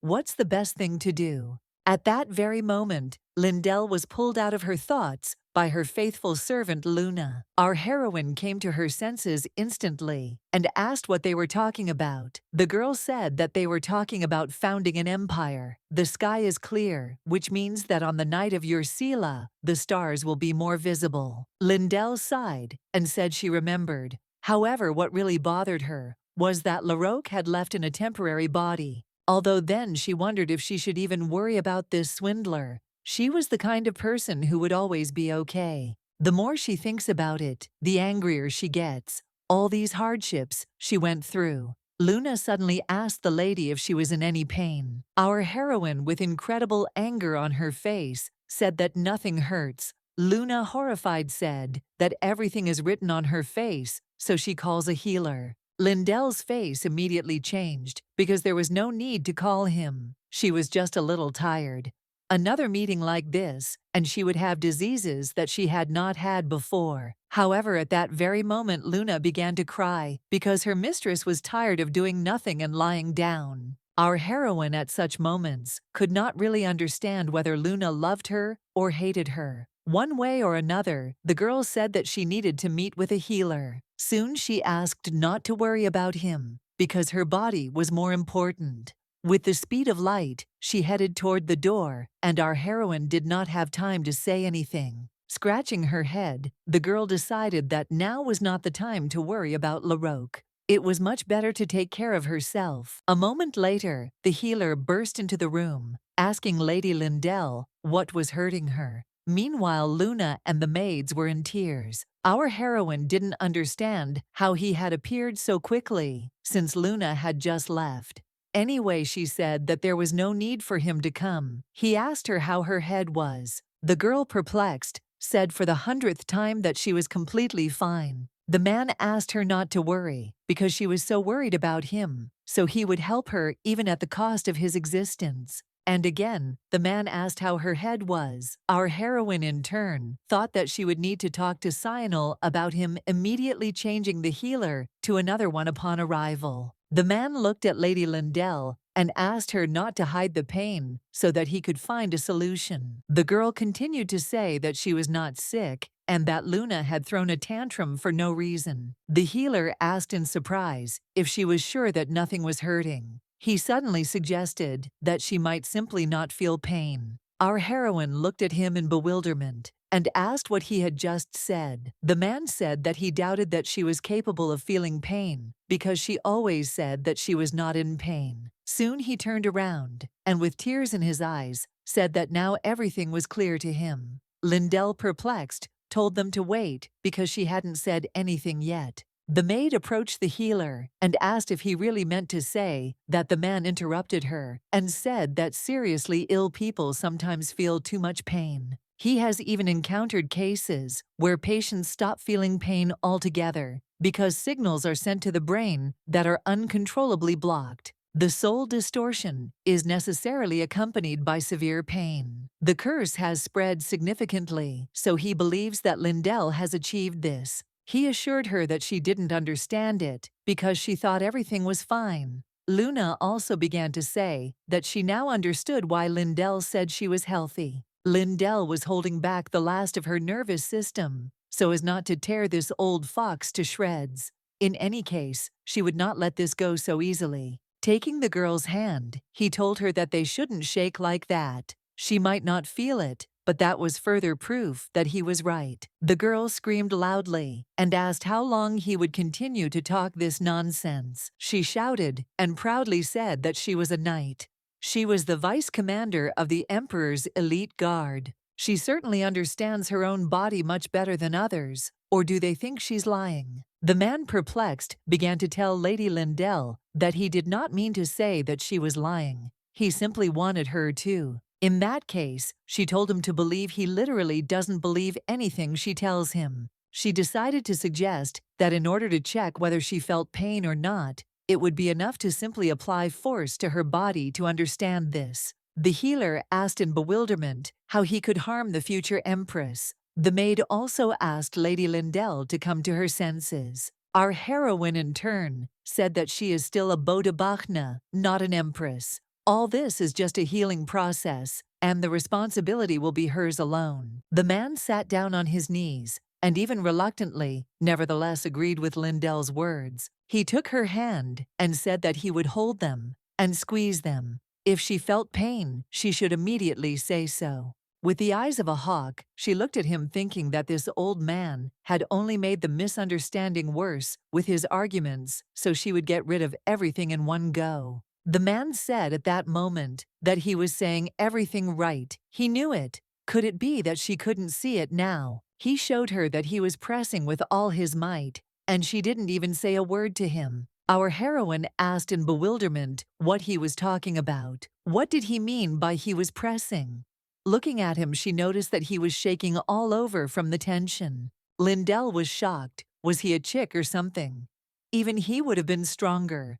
You could tell right away that he was a man who had never held a sword in his hands. The girl screamed and told him not to joke, but to finally start squeezing properly. The man, perplexed, told Lady Lindell that he was already trying. The maid almost fainted at that moment. How could this be? The healer's words were true. Our heroine sighed heavily and still insisted that it was all a lie. Pointing at the man, she said that he had a grip like a chick. The man asked her to stop being hysterical and just acknowledge his words. If she continues to be angry, it will only get worse. Lindell became more and more aggressive. With each word, he said Luna began to calm the lady down, but our heroine asked to let her go so she could just talk. The healer said that he didn't think they had much time left, given her condition, so they needed to find a dark healer quickly. Luna asked our heroine to calm down, because she would get worse if she continued to be angry. Lindell thought that she would be angry. She just didn't understand why all this was happening. Soon after that, the girl jumped up and ran as fast as she could from this madhouse. Everyone was starting to irritate her too much. A few seconds later, she was already running along the corridors of the palace, and knights were shouting after her and asking her to stop. Lindell continued to run as fast as she could and showed no signs of stopping, so she advised the knights not to run after her and to just leave her alone. After some time, the girl was able to break away and hide behind a column to catch her breath. Sitting on the floor, she was in shock. It was crazy. She didn't even really want to run away, but this atmosphere was driving her crazy. She immediately thought about it. Would Sionel be informed about this? What should she do now? She wouldn't be able to leave the palace anyway. Lindell decided she needed to come up with an excuse if she had to go back. At that moment, someone approached her and said surprised that he knew her. The fair-haired guy looked at Lindell in bewilderment and asked why she was here. The girl, by the way, was also surprised that she met a young gentleman here. This guy is the Minister of Foreign Affairs, a man from the Emperor's faction, and her half-brother. She certainly didn't want to meet him in a situation like this. The blonde guy's name was Askell. However, our heroine did not understand where he came from, because he should be in another country. At that moment, Askell also asked why she was here. Judging by her appearance, he assumed that she had run away. What was going on? Our heroine immediately noticed the cold, unfeeling speech. It's hard to call the two of them brother and sister, because in essence they are connected only by their last name. His eyes reflect only that with such a look, she is disgracing the family. Even if Sionel wants to make her Empress, it does not change the fact that she is still an illegitimate daughter. Tomorrow rumors will spread around the palace that the future Empress is running around the palace like a madwoman. This will be a scandal for her family and another problem for him. Making excuses would only make things worse, so it was better to end things with an apology. That's why she looked at him and apologized. Askell said that she usually didn't run away so easily. Apparently, she was really having a hard time. In any case, he decided not to ask her any questions. Soon after, he put his arm around his sister and asked her to stop sitting on the cold floor and instead lean on him. He pulled her to her feet and asked her to shift the load onto him so that her legs wouldn't get tired.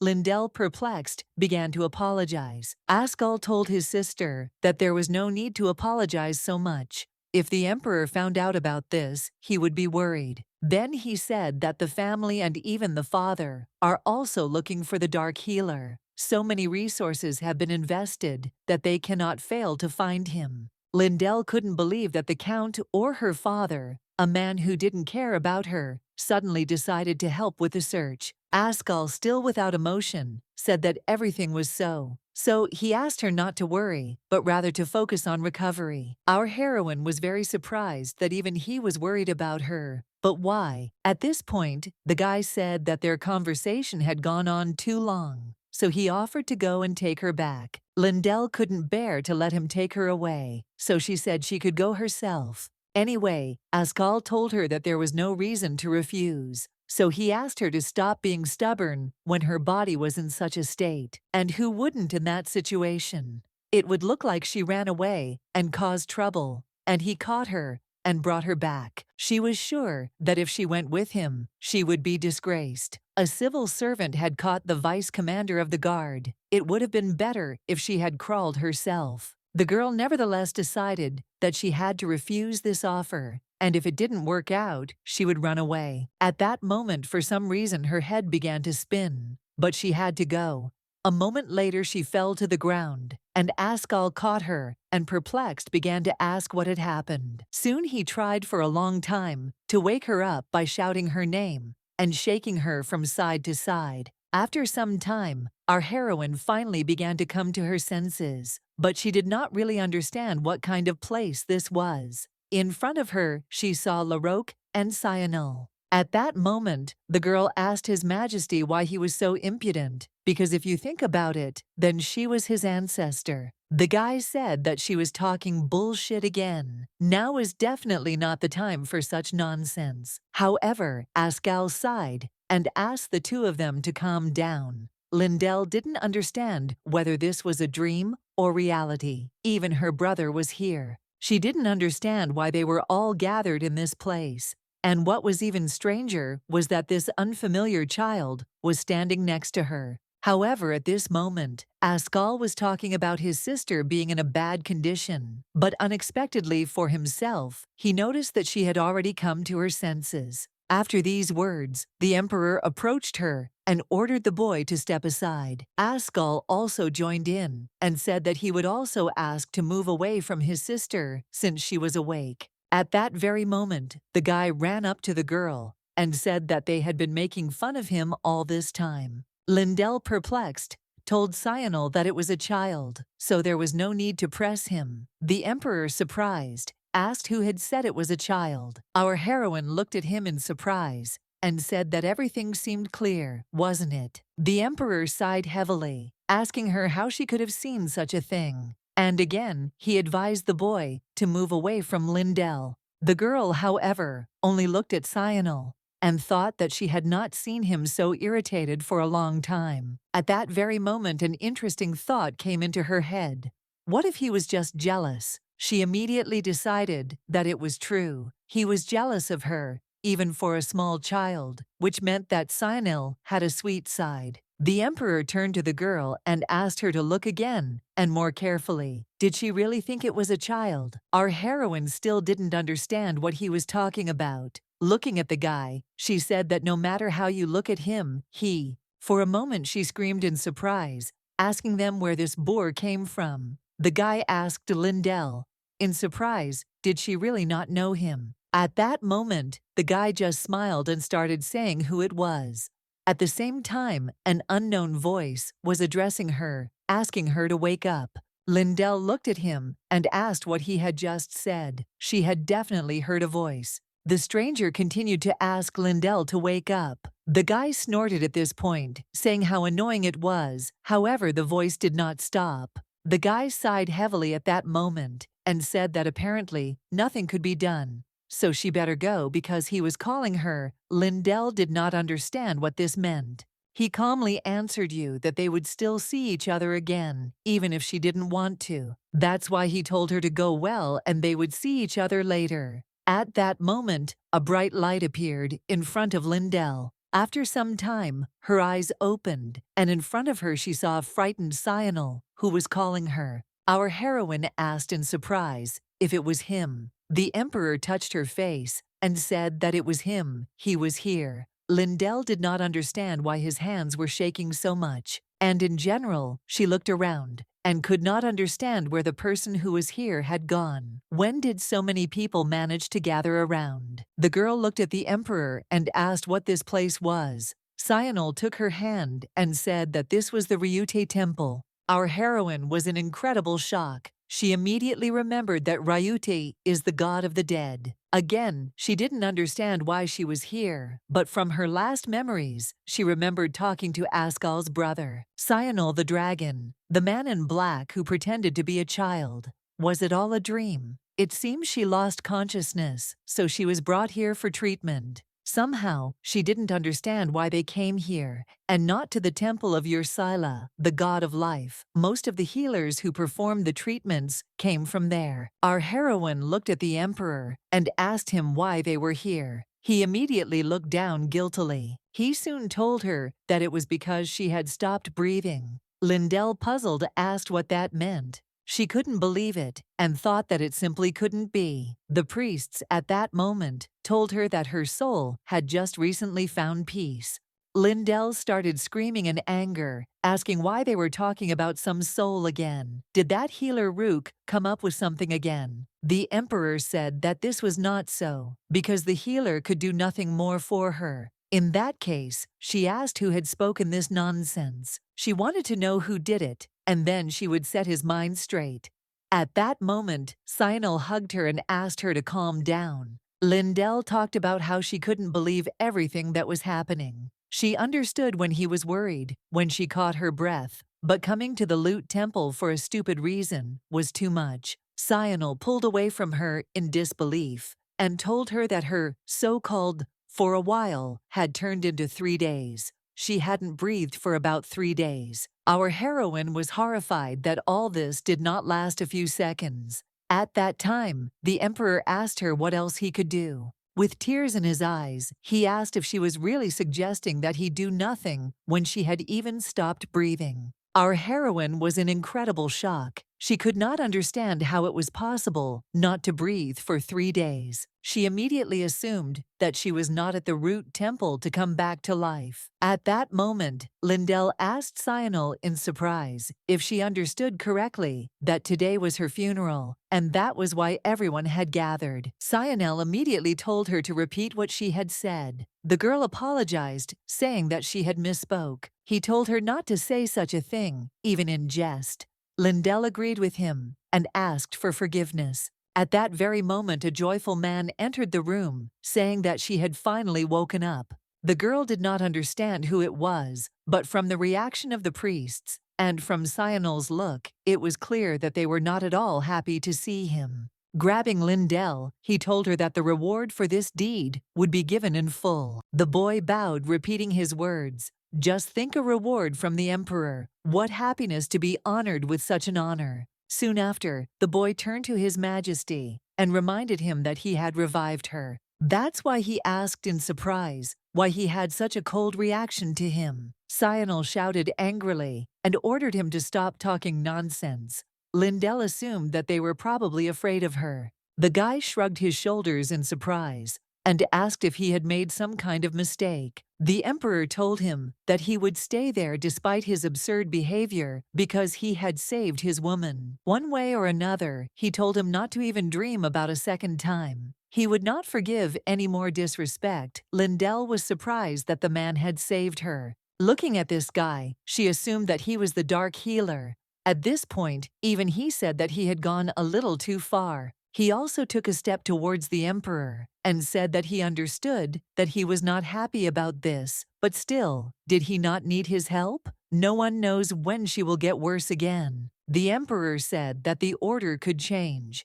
If she died first, he would go after her, so he ordered to correct the insolent attitude if he wanted to live. The boy grabbed his neck in horror, saying how scared he was. Why was the Emperor so cruel? Anyway, he told Sionel that he was surrounded by only stupid priests, which is why they came to him. Our heroine looked at him and didn't understand what was going on. But she knew one thing for sure. This guy is crazy, since he behaves so brazenly with Sionel. At this point, he sat down next to Lady Lindell, saying that he had never gotten around to introducing himself. The guy immediately pulled off his hood after these words, saying that he was Lute's servant, Melaine Croston. Lindell, although she could smell the madness, still decided that she had to thank him. She sheepishly said that she was grateful to him for saving her. Still, she thought about it. Servant Lute. Usually priests say that although it seemed to her that only healers could heal. Lindell asked if he had healed her to revive her. The guy said that he, like other priests, could not use such power. It was the lot of healers. In that case, she assumed that the Dark Healer was another person. Melaine sighed and said that it was true. He was not the person she was looking for. However, at that moment, Sionel looked at Melaine and said only one word to him, "Hood." The guy asked what it was for, to which Sionel replied that if he didn't want to die, he'd better quickly put it back on and not show his face in front of Lindell. The guy smiled and said that if His Majesty the Emperor said so, then he agreed. Lindell, in turn, decided that she needed to defuse the situation. The girl suggested that the priest had saved her. Sionel told her that she had stopped breathing, so they didn't have time to wait for the Dark Healer. Unfortunately, the healers in the palace were also powerless, and he thought it would be better to borrow the power of Lute, which was closely connected to the soul. When he came here, he saw this man, a man who had abilities similar to the Dark Healer, and they suited her case. Our heroine asked in surprise what this meant. So from the words of the Emperor, Melaine can touch her soul. The boy smiled and said that the power of God that he possessed could hold the soul. It was brought here when both the soul and the body were separated, so it stopped breathing. Our heroine, however, did not understand how this could happen.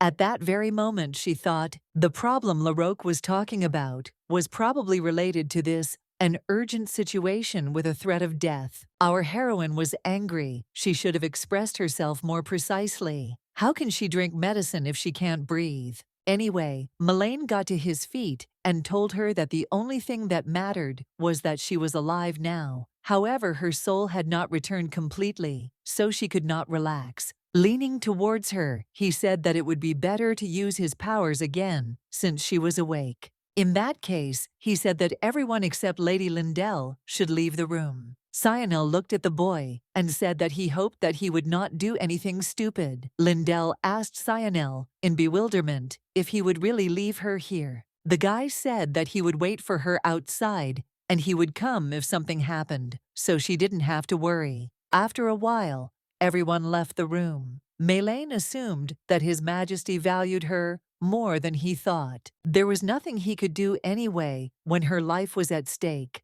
Lindell asked him to stop talking nonsense and start treatment as soon as possible. The girl thought that she couldn't give in to this guy's manipulation, so she would pretend that everything was fine. However, at that moment, Melaine took off his hood and asked Lindell how the Emperor would react if he found out that his darling was not human at all. Our heroine, perplexed, asked why he suddenly started talking like that, but unexpectedly for her, he grabbed her by the neck. Melaine looked at her in surprise and asked if she was still pretending not to know anything. Lindell asked in horror what kind of nonsense he was talking about, to which the guy replied that an ordinary person could not survive after the separation of the soul. Still holding her by the neck, he told her that she had lasted 3 days. Even though her soul was not here, it was impossible. The girl felt like she was starting to run out of air, but at that moment Melaine said something more shocking. The guy looked at her and said that he smelled something familiar. That's the only reason he decided that she was a dragon. Our heroine didn't understand what he was even saying. Why was he calling her a dragon? What nonsense. Lindell asked him not to talk nonsense because there was no way she could be a dragon. Melaine continued to hold her and advise her to stop playing. It was no use pretending she wasn't a dragon. He assumed she had mingled with the humans, but had been unlucky enough to catch his eye. Too bad. At that very moment, our heroine noticed that his eyes had changed, and she did not understand when he had managed to do so. Soon after, she remembered that Larocque was doing exactly the same. Are they somehow connected? The girl began to say in a hoarse voice that with such eyes, he was a dragon himself. However, she couldn't breathe, so that's probably how she would die. The guy told her that even dragons fight for survival when it comes time to die, but it's useless. All the people outside don't know what's going on inside. He blocked the door with magic so they can't get in. He smiled and said that they could only do this after her death.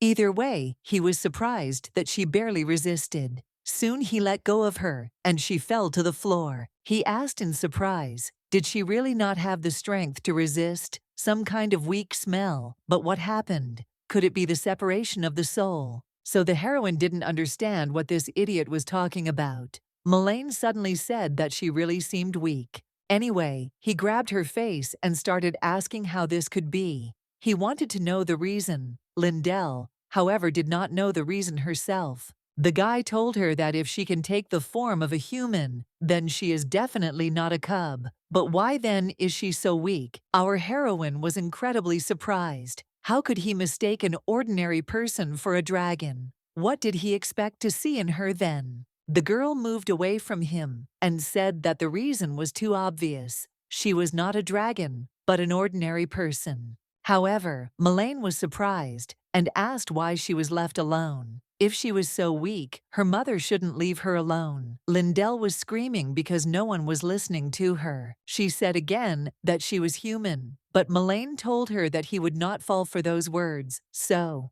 our heroine screamed again and told him to listen to her carefully. She doesn't have the mother he's talking about, and she doesn't have a family to look after her. She said that she didn't understand why he wanted to kill her, but nevertheless, she herself was not going to die obediently. Melaine still didn't understand how this could be. Even if she didn't have parents, someone else would have taken care of them. It was a fact that dragons were selfish, but they cared deeply for those close to them. The girl started saying again that this is why she says she is not a dragon. Suddenly she started coughing, and Melaine asked if she was okay.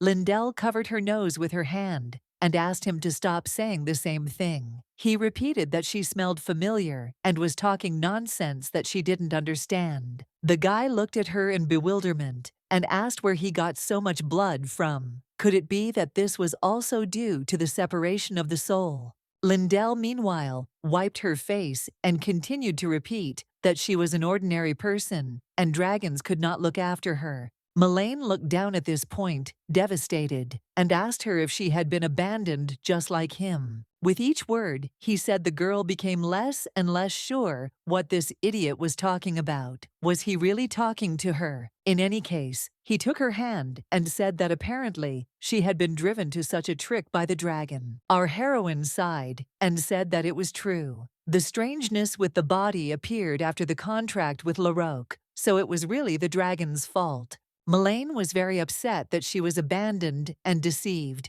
What scoundrels! Our heroine understood that she needed to find a way to escape from here. Suddenly, he asked if she wanted to take revenge. Our heroine asked him in surprise what he was talking about, and in response, he took her hand and said that if she wanted to take revenge on those who were going to kill her, then he would help her. That's why he...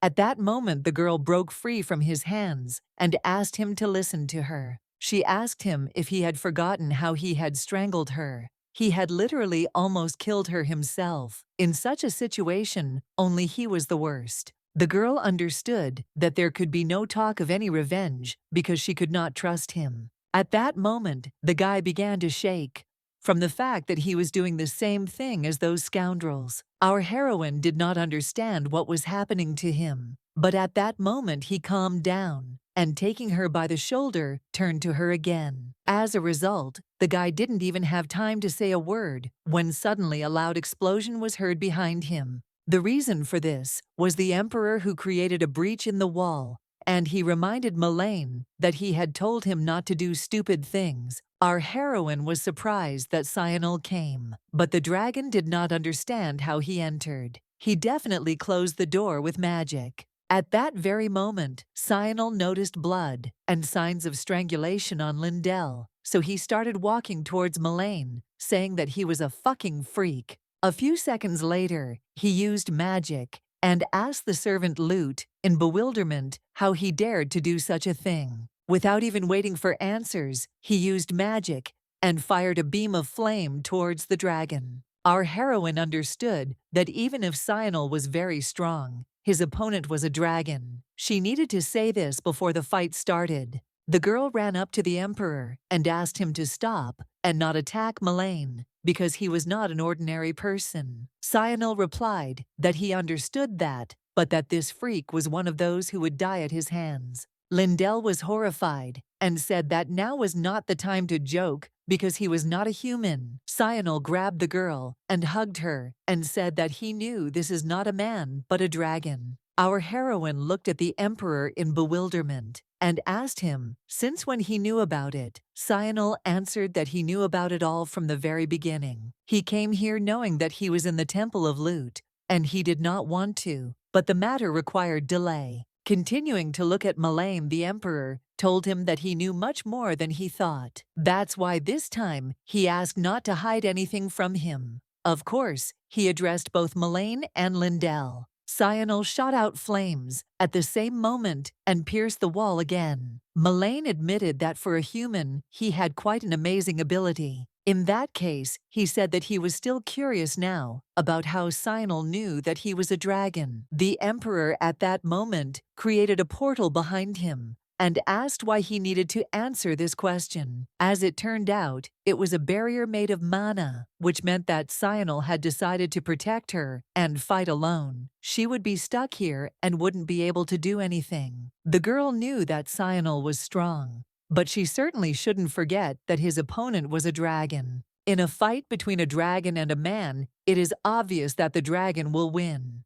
Melaine began to cast a spell and asked His Majesty's if his skill had ended with a couple of rays of flame. They immediately began to clash using their abilities, but something was wrong. Lindell felt that, as expected, Cyanel was losing to Melaine. This was not going to last long, so she had to do something. She didn't know what to do or how to act. At that very moment, she felt a strange heat. However, this feeling of weightlessness was familiar. This is definitely Aurora's feeling. She definitely hasn't been able to use it since she signed the contract. But why did her powers come back? Even though she didn't know what was going on, if she could use Aurora now, she would be grateful. With this power, she will be able to stop these fools who don't even think of listening to her. At that very moment, she screamed and told them to stop. Soon there was an explosion, and the fragments fell to the ground. Cyanel asked her what happened. The girl, in turn, said that it was only a warning. She then said that if they didn't stop right now, she herself didn't know what might happen next. If they decided to measure their strength, then, at that very moment, something strange happened. Apparently, Lindell's body simply weakened from the strain, and she fell to the ground. Suddenly, all the strength left her body, but why? Her body became so heavy that she couldn't even move a finger, and by the way, she was very ashamed. His Majesty ran up to her in bewilderment and asked if she was okay. What had happened to her? As always, the girl wanted to say that she was fine, but at that very moment she began to cough up blood. Melaine did not understand why she was vomiting blood if everything except her soul was fine. The Emperor turned to Melaine in confusion and asked him what had happened to Lindell's soul. He told him to look and answer the question of what was happening to Lindell. Melaine, seeing the terrifying energy from His Majesty, was even a little scared. He did not understand what kind of energy it was. Are people even capable of such a thing? Anyway, he said that her soul was fine. Now Cyanel told him to call the priest, and the guy immediately ran. First, he had to save her, and then see what would happen. Cyanel asked the girl if she could hear him, to which our heroine only said that she was fine. The Emperor was glad to hear this, but asked her not to worry and not to fall asleep. She had to endure it, even if it was hard, because the priest would arrive soon. Looking at the pool of blood, our heroine thought about it and decided that everything was still strange. Before, when she was vomiting blood, she felt dizzy, as if she was about to faint, but now, she just feels like these hands are heavier, but otherwise everything is fine. She doesn't feel any discomfort. Everything is not as usual. Just at that moment, Melaine arrived shouting and saying that he had found a priest. The man at that moment said in surprise that he himself could walk. The guy said that other people told him that this was the best priest of those who were outside. The man looked at Lindell in confusion and asked if she was okay. He was already here. Lindell instantly recognized the voice. Looking at Rook, she couldn't understand why her bad feelings always came true. The man was screaming at that moment and asking her to trust him. However, at this moment, Melaine smiled and said that he brought the best of those who were outside. Our heroine was in incredible shock and aggression because that was the whole problem. After some time, the priests shouted at the guys in bewilderment, asking how they could fight next to the one who had just come to her senses. This is definitely unacceptable. The room was shaking so much that he thought there was an earthquake. Rook kept yelling at the men angrily for a long time, saying that fighting using your magic next to Lindell was the most stupid thing ever. Then he turned towards Melaine and shouted even louder, telling him that he was such an impudent fellow. He couldn't understand how such a treatment could leave such marks on the lady's neck. He had never heard of such a treatment. All Melaine could do was look down in disappointment and ask for forgiveness. That's exactly what he did. The man crossed himself and told the two of them to be careful. He would be watching them anyway. As soon as the priest left, Melaine said that according to the priest, she became like this because she took the Emperor's curse upon herself. Can they tell about it? Cyanel looked at him in bewilderment and decided to ask why he was so interested in this. Lindell, in turn, said that if he had heard about it, he could just as easily forget it because it was all nonsense. The contents of the contract with Larocque, that's what the curse means. Then she asked the dragon if he himself couldn't see that her soul was okay. The priest said that her soul is distorted because of the curse. Can't he see that her soul is distorted? The guy looked down and said he just couldn't see it. Lindell asked again, confused. Melaine explained that he can only recognize the existence of the soul living in the body, but he does not see its state. He does not see the soul with his eyes, but only feels it. When he examined her, everything was fine with her, except that she was weak and tired. However, he understood that if she was okay, then she certainly shouldn't be vomiting blood. As the priest said, her soul is corrupted, so it is understandable why this is happening to her, because a broken soul can destroy the body without leaving a trace. Our heroine asked in horror how this could be possible, to which the guy confidently said that it was possible. He had only heard of a man with a twisted soul once, and he was rumored to have died. The girl asked where he heard about him, and the guy said that a friend of the owner of the tavern, where he often goes, told him about him. Lindell laughed to herself, saying that such a source could certainly be trusted. Anyway, he looked at her again and asked her to tell him the truth.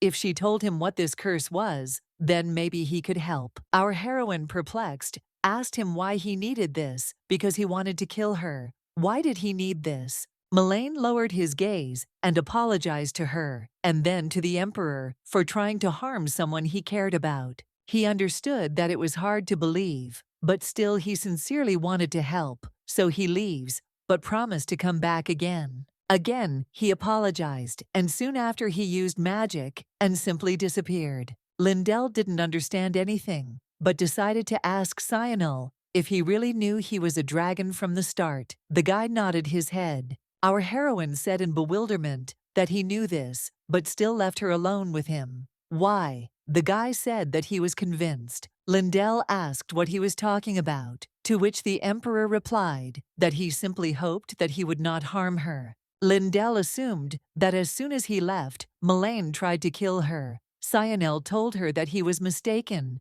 because he did not think that he was still so young and stupid. Our heroine didn't understand what he was talking about. Cyanil took her hand and said that she didn't have to understand him because it didn't matter. Lindell then decided to ask him what he thought was important. The guy kissed her hand and said that they needed Melaine to save her. That was all that mattered to him. The girl suddenly reached out to him and decided to ask what he meant by the words, "I know more than you think." Cyanil told her that everything was so. Unfortunately, he was very smart and had an excellent memory. Lindell asked in bewilderment, was that really bad? The guy looked down and said that she couldn't even imagine how terrible it was to remember everything that had once been experienced, especially misfortunes. Until now, our heroine thought that he lived a perfect life, without any worries. But now seeing his facial expressions, she understood that there was a deep sadness in him. Soon they returned from the Temple of Loot, back to the palace. The Emperor was so busy that she did not see him at all. All this was because the Emperor was distracted by her when the founding day was so soon, and the Emperor had a lot of work to do. This allowed her to spend more time in her room, but she had to find something to do. Of course, the attempts to escape did not cease. Eavesdropping on what was happening outside our heroine, assumed that there was no one there. Only after making sure that there was no one outside did our heroine decide that she should begin. She activated Aurora again. She wanted to test it, something like a sword, but what could she swing? Soon after she found the perfect option, a candlestick. She immediately went to it. Taking it in her hands, she immediately realized that she had succeeded because the aura began to transform into a candlestick. It seemed that she was doing even better than before. Soon the action passed. Although the time of using the aura is limited at best, about 3 seconds, it would be nice if she could use it a little longer. At that very moment, the girl began to fall to the ground. Already lying on the floor, she thought that it would also be nice not to fall to the ground every time after using it. Her body was definitely stronger than before. Somehow, she couldn't understand why she was losing strength so quickly and vomiting blood just after using Aurora. Should she take Estelle's medicine? While our heroine was pondering her next steps, Luna just entered the room. The further actions after what she saw were not surprising. Luna immediately screamed as loud as she could because she was horrified by the fact that she saw the mistress on the ground. After some time, our heroine was calming, the maid still saying that everything was fine with her. The girl cried and said that she was not okay at all. She did not understand how the lady could say this being in such a state. Our heroine looked at the maid in bewilderment and told her that she only had blood coming from her mouth. However, at that very moment, the maid screamed in bewilderment and asked, "Why?" Our heroine jumped up on the spot. Lindell decided to ask again, but the girl still began to wipe away her tears and say that even if she told nothing would change. Our heroine understood that things were bad because Luna apparently was very angry. Lindell continued to assure the maid that she was not injured this time. Showing her hand, she even began to show the bruise that was there from the last time, which had almost disappeared. Then she said about the wound on her knee that it healed in exactly the same way, and it was as if it had never been there. Luna pointed out in surprise that she was so good at talking about everything, but asked why she never called her. Our heroine asked again in bewilderment. Luna explained that if she was not there were people standing behind the door, then why had she never asked them for help? Lindell wiped her face and asked in surprise why they were called when she was in such a state. The maid was incredibly angry, so she screamed and asked Lady Lindell to listen to her. Our heroine looked down guiltily, apologizing to Luna. She was pleased that she cared about her so much. Anyway, the maid asked that next time if something happened, be sure to call her or the knights. At that moment, someone entered the room. As it turned out, for some reason the Emperor, frightened by something, ran into it. Lindell happily said that she was glad that Mr. Senil had come, but she knew she was in trouble because he would get it all wrong again. Only upon entering the room did His Majesty see a whole heap of blood, as well as a candlestick lying on the floor. Coming up to her, he said that today everything was exactly the same. What would be the excuse? Last time she hurt herself on the edge of the bed, and today, what? Was she exercising her hands with a candlestick?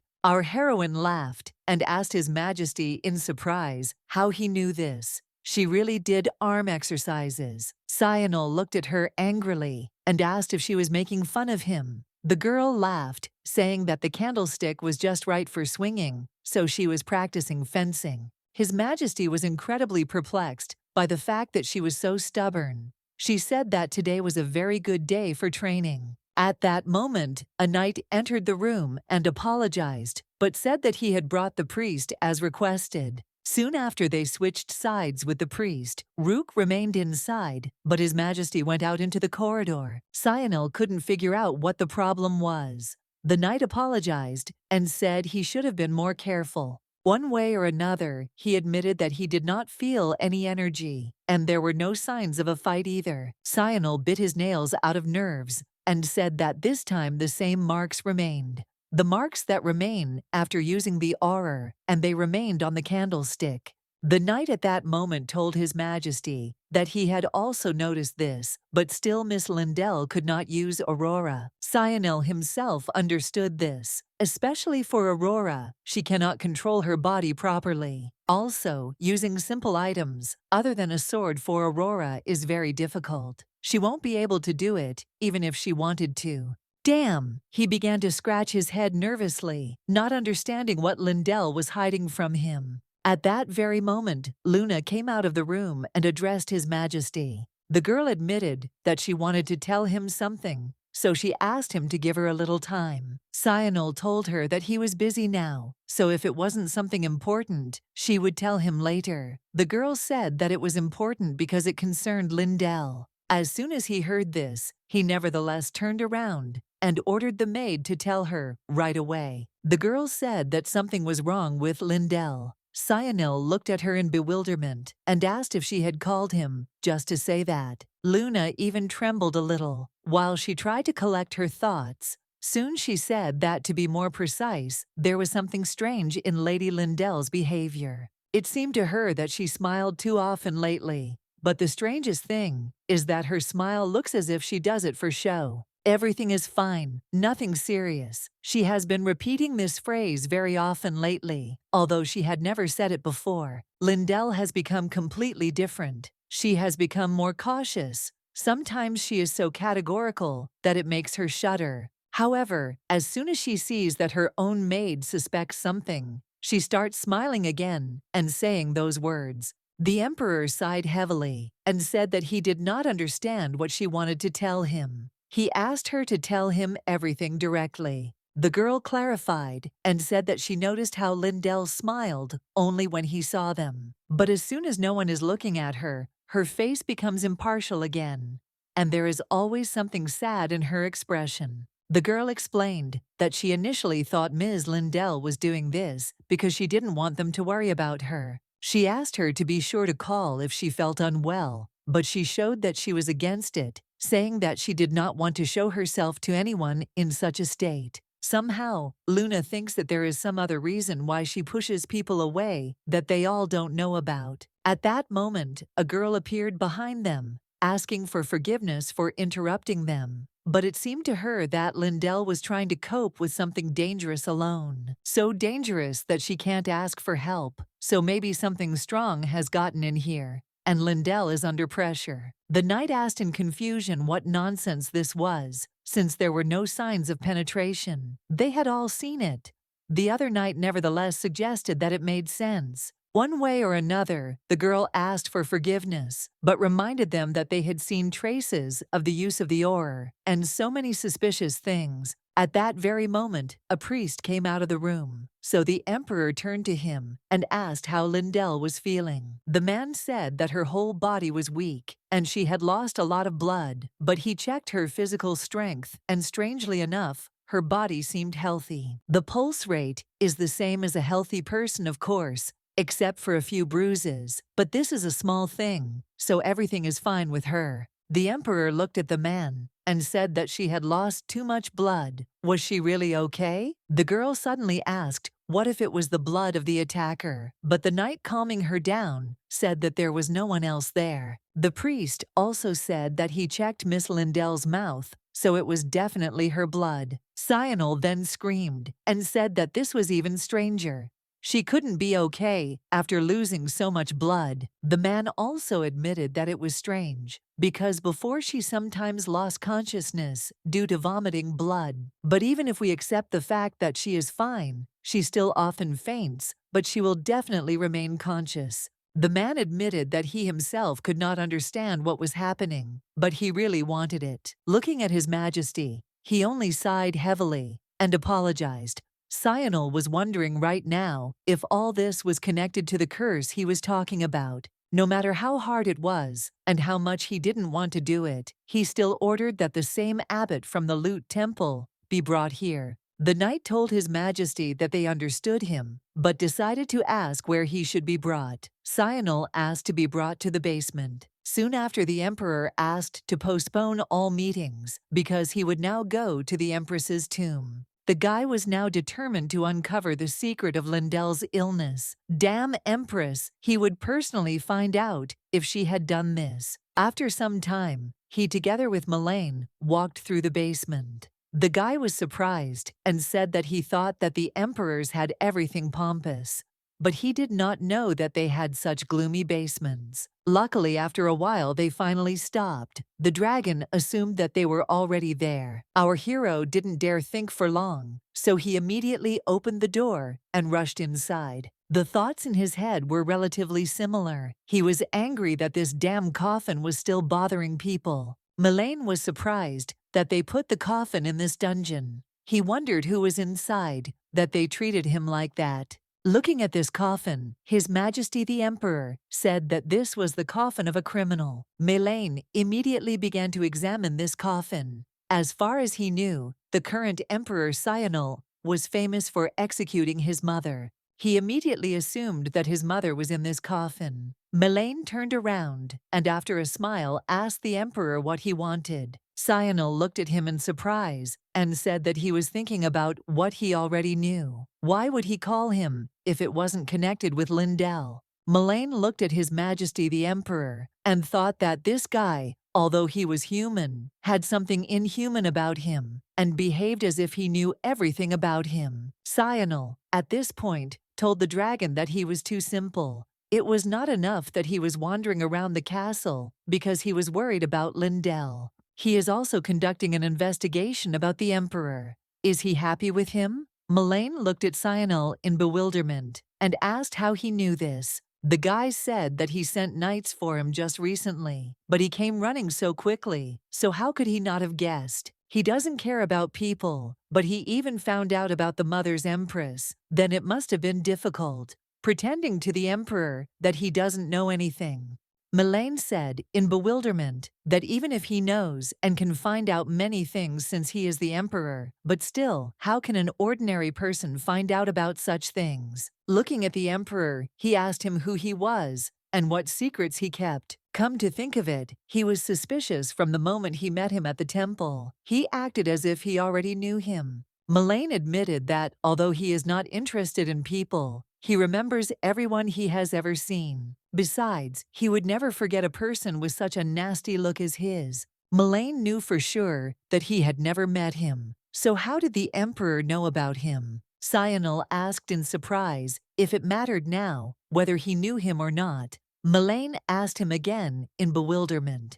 The guy said he didn't want to watch him act like he knew everything. Cyanil shut him up again and told him to stop talking nonsense. Lindell was important to both of them now. And again, the Emperor said that if it were not for her, then there would be nothing at all connecting them together. That's why he asked again to stop chatting and check if there was a soul in this coffin. He brought him here for this. With a heavy sigh, Melaine finally decided to get down to business. It turns out that His Majesty himself brought him here to check if the man he personally killed had a soul. The dragon looked at Cyanil in surprise and asked if he was really afraid that a man killed by his own hands would simply rise again. Cyanil told him that even if she resurrected, he would kill her again. But if Lindell was in danger because of it, then everything changed. That's why he ordered the corpse to be checked. Melaine noticed the Emperor's grip. He had previously thought that all he could do was show off his magic tricks. Why was he so strong?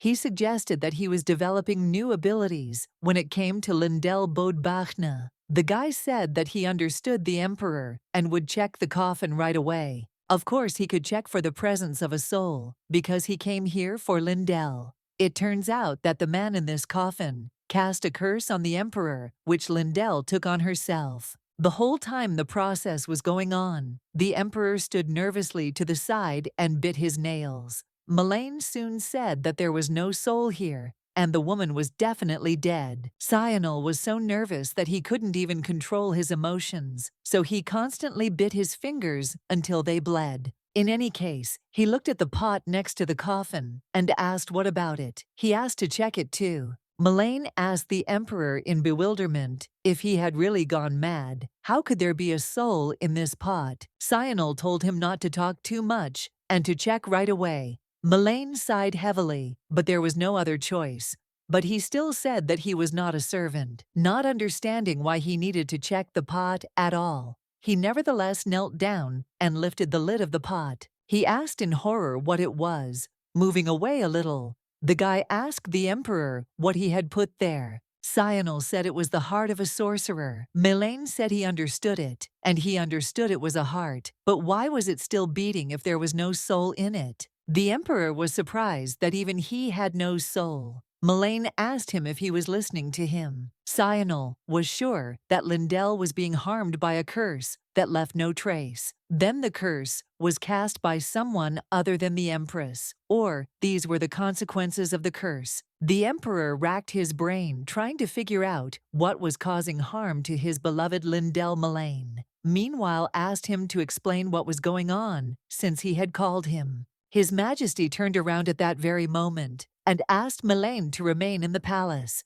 The dragon, perplexed, asked why, but in response he received words that he would have to do something. Meanwhile, Lindell has gone so far as to have all the contacts written on paper made from the bark of a 200-year-old tree. It was originally written in the Jackersea region. This region, in turn, follows the southern current of the Eastern Strait. Our heroine was incredibly confused. Why the hell were these useless details written into the contract? Why did she need to know where the Jackersea region was? Now she understood why Larocque had only shown her 13 pages of the contract. There might be important information there, so she couldn't just skim through the pages. At that very moment, the knight knocked on Lady Lindell's door and said that guests had come to see her. The girl immediately began to hide everything in a hurry. She knew it.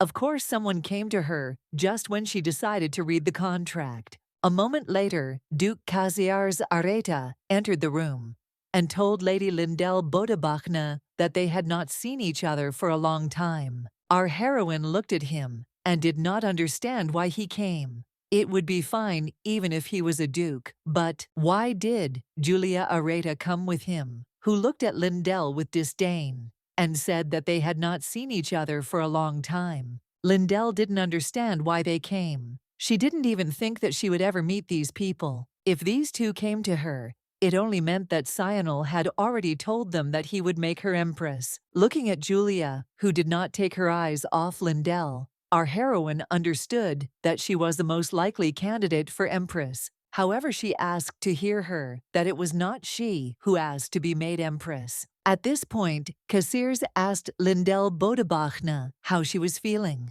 Our heroine smiled and showed her muscles, saying that she was already feeling much better. The guy said that he was very happy because they were all very worried about her. He asked the emperor many times to meet her, but he did not allow them to do so. That's why he apologizes for them coming. Only now, Lindell said there was no need to apologize because she was already grateful that they came. Lindell understood that it was she who should ask for forgiveness because everything was clear from Lady Julia, who did not take her eyes off her. She's probably angry at her for taking away her chance to become empress. Lady Julia just let her explain. Our heroine decided to ask them why they came to her. After all, they came to her together, not just to find out how she was feeling. Caziars said that they came to her because they were worried about her. But still, as she said, there is another reason. In that case, our heroine asked to tell about what they came for. Caziars just sat and was silent for a long time. Soon he finally said one word, Empress. They had come to talk about the Empress's place. It was exactly as Lindell had thought. It had to happen. Caziars said that they heard that the Emperor was going to make her Empress. Lindell caught herself again. As she had expected, both of them were dissatisfied. Since they had come together, Julia was probably even more dissatisfied. In principle, it is understandable, because she lost the opportunity to become empress overnight. Of course, she is offended. Nevertheless, she begged herself to calm down. She had to explain that she was not interested in herself instead of the empress. Perhaps they could break Sionel's stubbornness. She asked them to continue with what they had to say. However, Lindell assumed that they would ask her to give up her position as empress, and she generally knew that anyway. At that very moment, Caziars said that he hoped that she would become empress as soon as possible. At that very moment, the room became silent. What? Julia joined the conversation and said that both the emperor and the empire needed her. Lady Lindell Bodebachna. Our heroine certainly didn't imagine this conversation like this. Didn't they come to dissuade her? The emperor and the empire need her. What nonsense! The girl still asked to explain what they were talking about. Why did the emperor need her, and what did the empire have to do with it? Julia, as expected, saw Lindell's surprise. They knew that even such a small thing would cause her such confusion, but still how sweet she was. Although Julia was as serious as a stone in life, in her thoughts, she was delighted. And how could Lindell be so down to earth? Then she noticed Lady Lindell's fragile, thin wrists and was surprised. Had they always been like this? They were thinner than a fork. Julia was in incredible shock. What does the Imperial chef even do? Can't he cook what Lindell likes? All these factors were quite annoying. She did not understand why the vice commander of the guard had become so weak. Julia still expected to see her, as she remembered her earlier. At this time, our heroine was still talking about her own in bewilderment. The action takes us back in time to one of the dark alleys. Some girl suddenly started screaming loudly, saying that she couldn't believe it. Young Lindell asked the robbers in bewilderment how they could steal someone else's thing and then threaten her with it.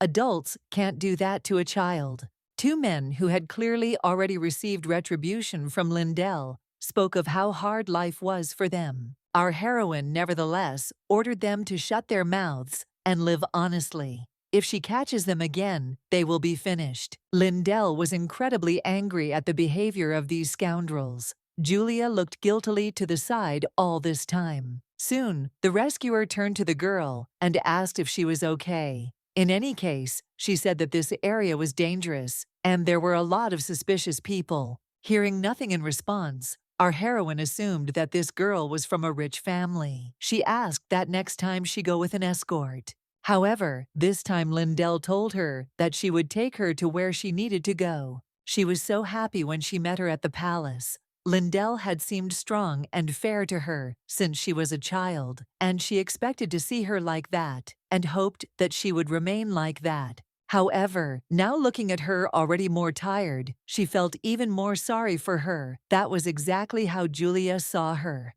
Still, she decided that too much time had passed since then. And although she looked weak inside, she was still unshakable. Julia knew that her willpower could bring His Majesty's empire into order. Only Lady Bodabachna could do all this. The girl looked intently at her so-called mentor and thought that she would always support her. However, Lindell had a misunderstanding because Lady Julia looked at her too suspiciously, as if she wanted to hit her. Casiers turned to his sister and said that he knew that Lady Bodabachna liked her, but he still asked her to stop looking so mean. The girl told him to shut up. Our heroine suddenly said that she would like to know why they so wanted her to accept the title of Empress. Casiers smiled and asked for forgiveness. Still, he said that they had a reason for it. He said right away that the Emperor had been canceling meetings every day lately. Sionel has almost stopped dealing with state affairs because he is focused on other things, and he does this because of Lindell.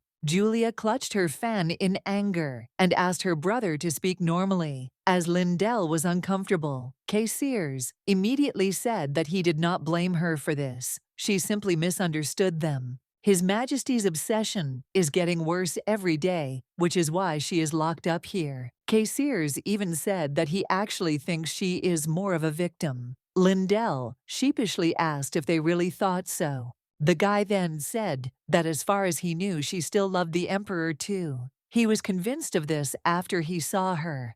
Casiers ended his words by saying that only her love could fix their crazy emperor. Our heroine assumed that this was a rather strange conclusion. Casiers said in any case that they need her because she can love and at the same time save the empire. And by the way, he asked for forgiveness for calling the emperor crazy. At this point, Julia jumped up from her seat and said that she was worried that the empire was left to a prime minister who couldn't string two words together. Casiers asked his sister how she could say such a thing about him, but the girl said that Lady Bodabachna would understand everything perfectly if he explained why they wanted her to become Empress.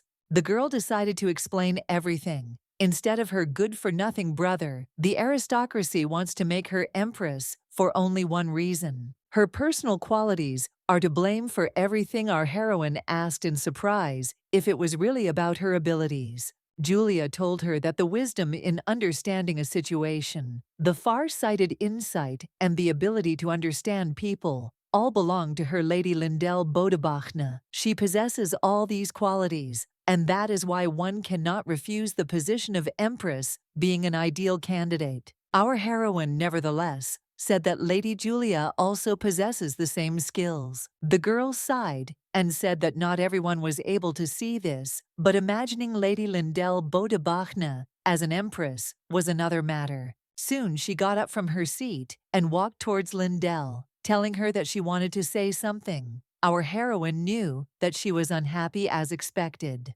However, at that moment, she stood before Lady Lindell and said that she was worthy of the title of Empress Our heroine asked again in surprise. Cassiers began to tell his sister that such talk could be dangerous. Julia asked her brother to sit still and be silent. The girl took Lady Lindell Bodebachner's hands and, with cute puppy eyes, asked if she didn't want to become an empress. She even said that if Lindell so desired, she could start a rebellion. Instantly, our heroine changed her mood because now she wanted those two to leave. Lindell gave in and stopped thinking. Cassiers, at this point, told his sister that they had said everything they wanted, so it was time to go home. Then the guy apologized to Lindell for coming so unexpectedly. Our heroine said that everything was fine. Shortly after this, they headed for the exit. Cassiers said goodbye to Lady Lindell and then noticed his upset sister and asked what was wrong. The girl sighed heavily and asked Lady Lindell if she could ask her for something. Our heroine agreed, surprised. The girl looked at Lindell and asked her to finally understand His Majesty's behavior. In her opinion, it is obvious that he is wrong in locking her up here and suppressing her, but His Majesty knows that this method is wrong. The reason for this is that His Majesty has fallen in love with the free Lady Lindell, but this is the only way for him to keep her. Unfortunately, she couldn't really understand him fully either, so on the one hand, it was sad. One way or another, even though he shows it incorrectly, His Majesty still loves her. This is what Julia wanted to convey. Lindell asked why she suddenly decided to talk to her about this topic. It was quite unexpected. The girl said she heard that something was happening to her lately. Her room was a mess, and she began to lose consciousness frequently. Cassiers said that she is keeping quiet, so people have no choice but to just watch more vigilantly. But until she says anything, they can only speculate. Looking at his hands, he said that this was why they were worried about her and her health. Even if they are not so calm, and there is no need to talk about His Majesty, they are on her side, and this will not change for anything. It was only for this reason that the boys asked Lady Lindell to finally trust His Majesty. The action moves to the evening of the same day. Somewhere in the palace, Sionel was heading somewhere. Soon he entered his office and was immediately asked why he had returned. Only now Cassiers was sitting on the bed, and the Emperor immediately asked him what he was doing there. Cassiers said he had so much work that he could not leave. But it seemed the Emperor had mounted his horse again. Sionel began to anxiously scratch his head and tell the guest that if he had come here to grumble, then he had better leave immediately. Cassiers stood up and shouted that he was grumbling because he was always stubborn. He wanted to destroy everything that could threaten Lady Lindell. It was impossible to do that. The Gay continued to say that at this rate, there would be no one left in Lindell's entourage. Sionel suddenly slammed his sword on the table. Then the Emperor said that if Lindell was safe in this way, he was ready to do anything. The boy told His Majesty that he still shouldn't cancel all meetings for this reason. In turn, Sionel told him that now that he had put on the dragon collar, he had another reason. Cassiers looked at the Emperor in bewilderment and asked what dragons he was talking about. Sionel turned to Cassiers Arita and asked him not to try to understand everything. He does not want to kill him yet. Also,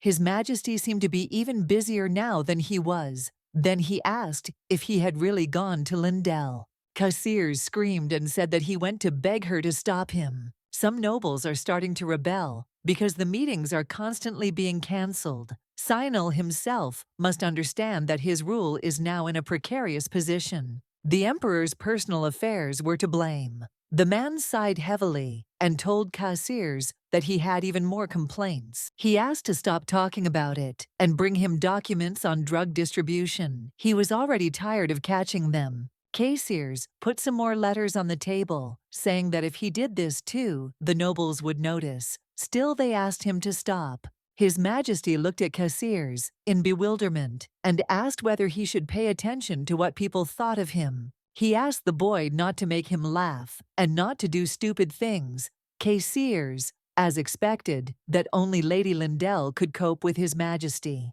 The guy understood that no one would listen to his words. At that very moment, someone knocked on the door. Who could it be at such a time? As it turned out, one of the knights entered the room, asking for forgiveness for the late visit. Casiers asked what had happened. Lindell then crawled into the room and asked the knight to let her in. At that very moment, the girl saw Casiers and Sionel in the room. The girl was surprised to meet the Duke there, who asked in surprise what she was doing there so late. She was confused. Was Duke Areta here because of overtime? Besides, she noticed that he looked worse than before. Lindell understood that if he worked like that every day, then it was understandable why he wanted to change the Emperor. She could not become Empress, but she could at least offer him her sword. Sionel at this point angrily said that there was no point in assigning knights to her since they were useless. Lindell knew he didn't mince words at all. The girl said she asked the knights to come here. Soon she bowed down and asked not to punish those who were innocent. Anyway, she told the Emperor that she wanted to say hello to him. Then she did say hello. Sionel sighed and reminded Lindell that he had asked her not to wander around the palace alone. In any case, he wanted to know why she was so late. The girl said she had something important to tell him. She thought she was telling him and showing him with her actions, but she turned to him and said that she apparently had not understood him, so she decided to say it directly. She did not want to live locked up anymore, so she asked to be let out. The Emperor, as always, began to say that this was unacceptable. Because she was sick, our heroine interrupted him and said that she would not die. Sionel immediately screamed and told her that she was still lying to him. Lindell said that they were in this whole situation because she kept quiet the whole time. She admitted that it all started when she said she wouldn't be with him anymore. At the time, she thought she was doing it for him. However, this time it was different. Taking the Emperor's hand, she said that she wanted to be by his side, but to do so, she had to complete some work. Looking into Sionel's eyes, our heroine said that she liked him incredibly, and she would never leave him alone. She also assured him that she would not die, so she asked him to trust her and understand. Watching them, Casiers joyfully began to think that the hour X had come. He felt that it was time for him to leave them alone. The guy immediately headed for the exit and said that he remembered some important things to do. Before leaving, he waved his hand and told them that they would see each other later and that they could talk and take their time. Shortly after the door slammed shut and they were left alone, Lindell knew immediately that she was in trouble. Our heroine certainly didn't plan to stay alone in the room.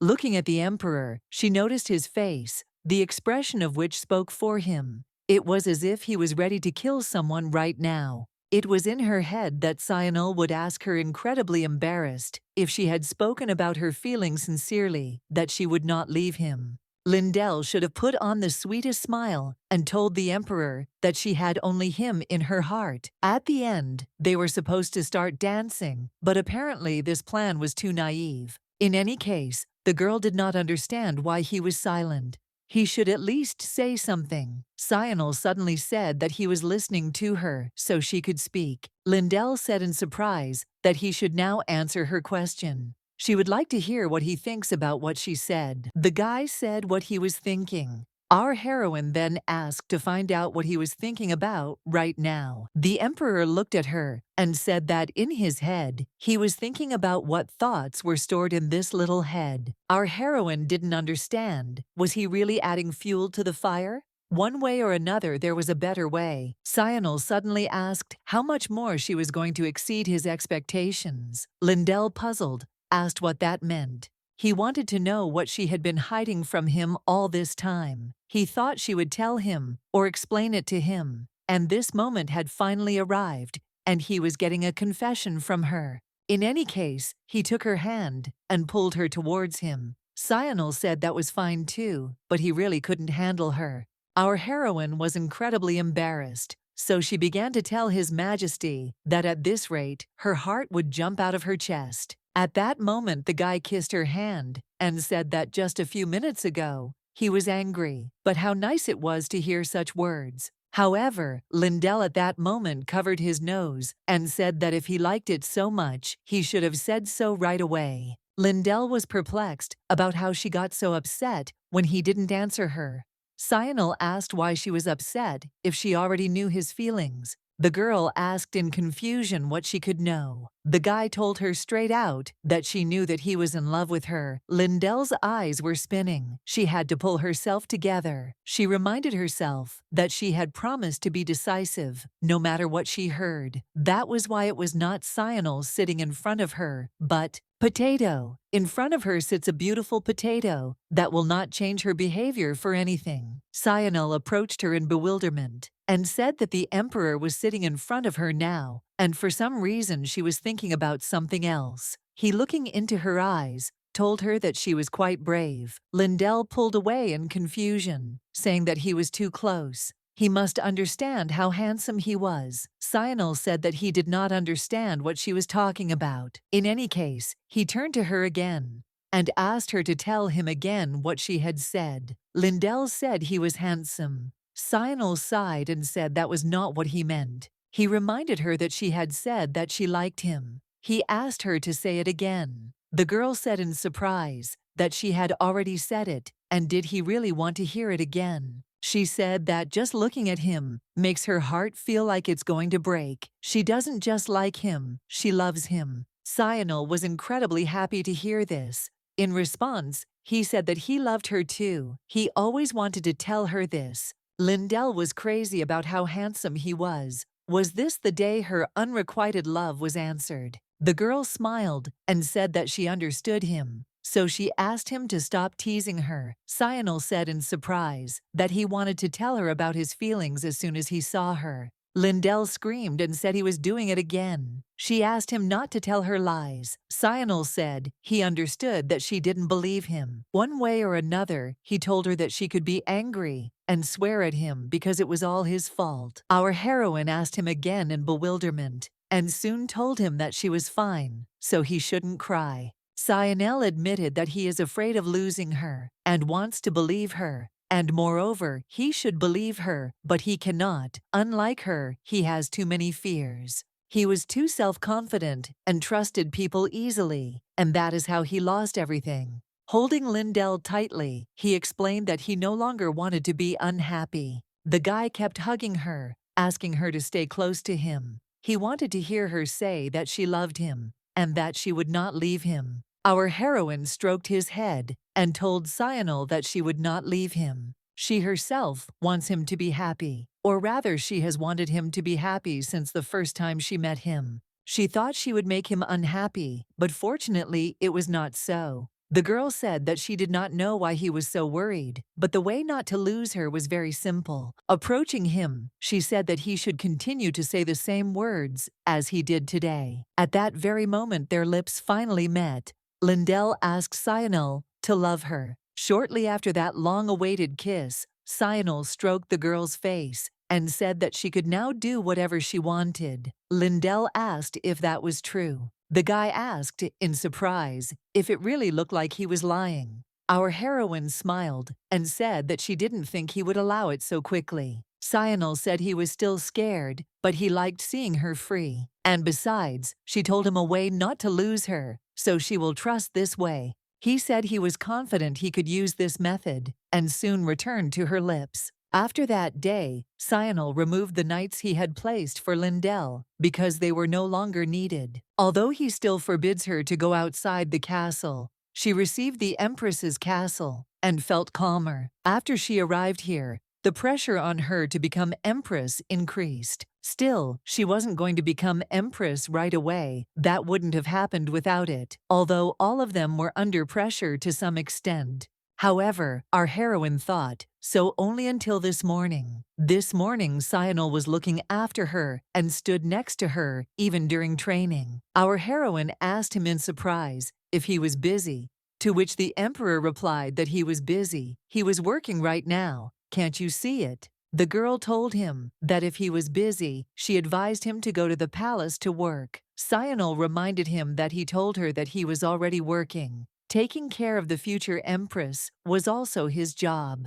He felt like she was also having trouble concentrating, so he hugged her and suggested that she take a rest today and be with him. He said that the weather was fine today, so he suggested going for a walk. The knights in turn watched the plot unfold intently. Lindell told the Emperor that he was busy, and besides she couldn't concentrate because he was constantly looking at her. If he left, she would start doing better. Sionel sighed heavily and said that she was very cruel. He asked her if her feelings had changed already. Even the knights, who were watching everything that was happening, were shocked by this development of the plot. Our heroine screamed in bewilderment and told him that her feelings had not changed at all. They would remain the same even if he behaved like a child. Lindell reminded him that the Foundation Day was coming up and he shouldn't be here. Sionel nevertheless pointed to Cassiers. The Emperor said that all this was already taken care of by a talented Prime Minister. Lindell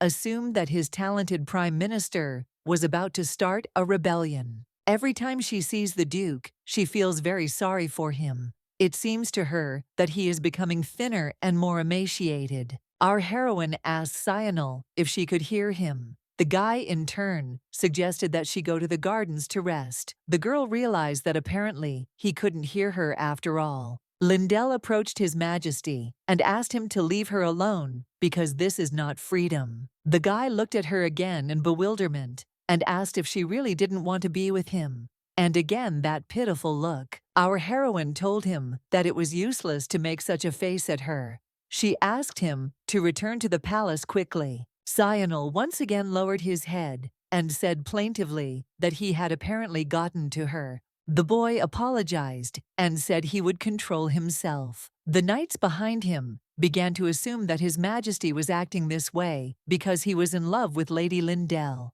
Our heroine assumed that the Emperor was doing this on purpose, so she asked him directly. The guy, surprised, said that he did not understand what she was talking about. In any case, he said that if she was uncomfortable around him, then there was nothing she could do. The knights were perplexed and said that Lady Lindell was too cruel. The girl screamed angrily and said that she agreed to go with him into the garden. The Emperor smiled happily and said that in that case they should go. Lindell was really pissed off about all this. Who knew that such a reserved and cold person would suddenly change so much? She hates herself for allowing him to behave like this. Still, they went into the garden, and it was all only because the Emperor was too nice. As soon as they reached the entrance, the boy turned to the servants and said that they wanted to be alone. Our heroine was very surprised by this, because usually he always goes with them. The girl looked at Sionel and asked why they came here. They could have walked anywhere else.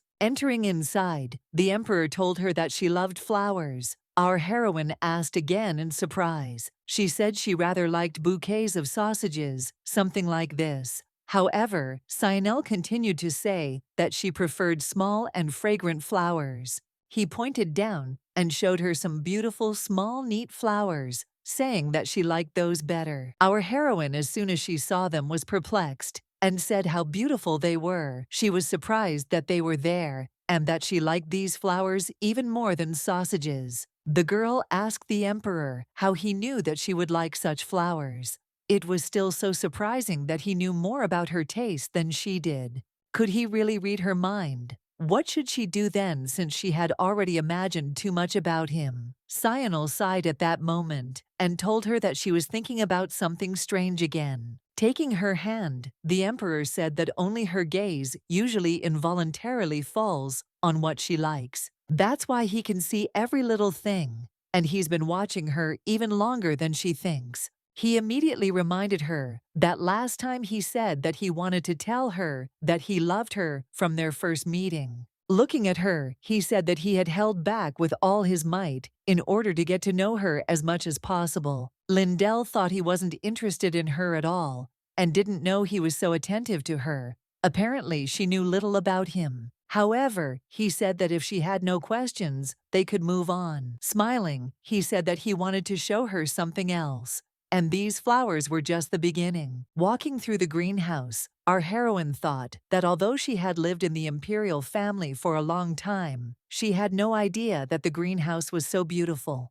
It was so beautiful and pleasant here that it was possible to completely forget, but she still remembered that Cyanil wanted to show her something. Just when the girl wanted to ask him about something, the Emperor turned to her and said that they had already arrived. Our heroine saw this place for the first time and was therefore surprised. Cyanil said that it was not strange that she did not know, because he forbade everyone to come near here. However, he assured her that she would like him very much. After kissing Lindell, he said that he hoped that she would like him. The girl, horrified, said that this was not the case at all. Lindell exclaimed in confusion and asked if they had raised the dragon. Without her knowledge, Cyanil came to his senses in confusion and looked ahead. In front of them, they saw a dragon, no less surprised than they were, who was eating plants. Immediately, he, a little perplexed, greeted the Emperor, and Lindell, who, perplexed,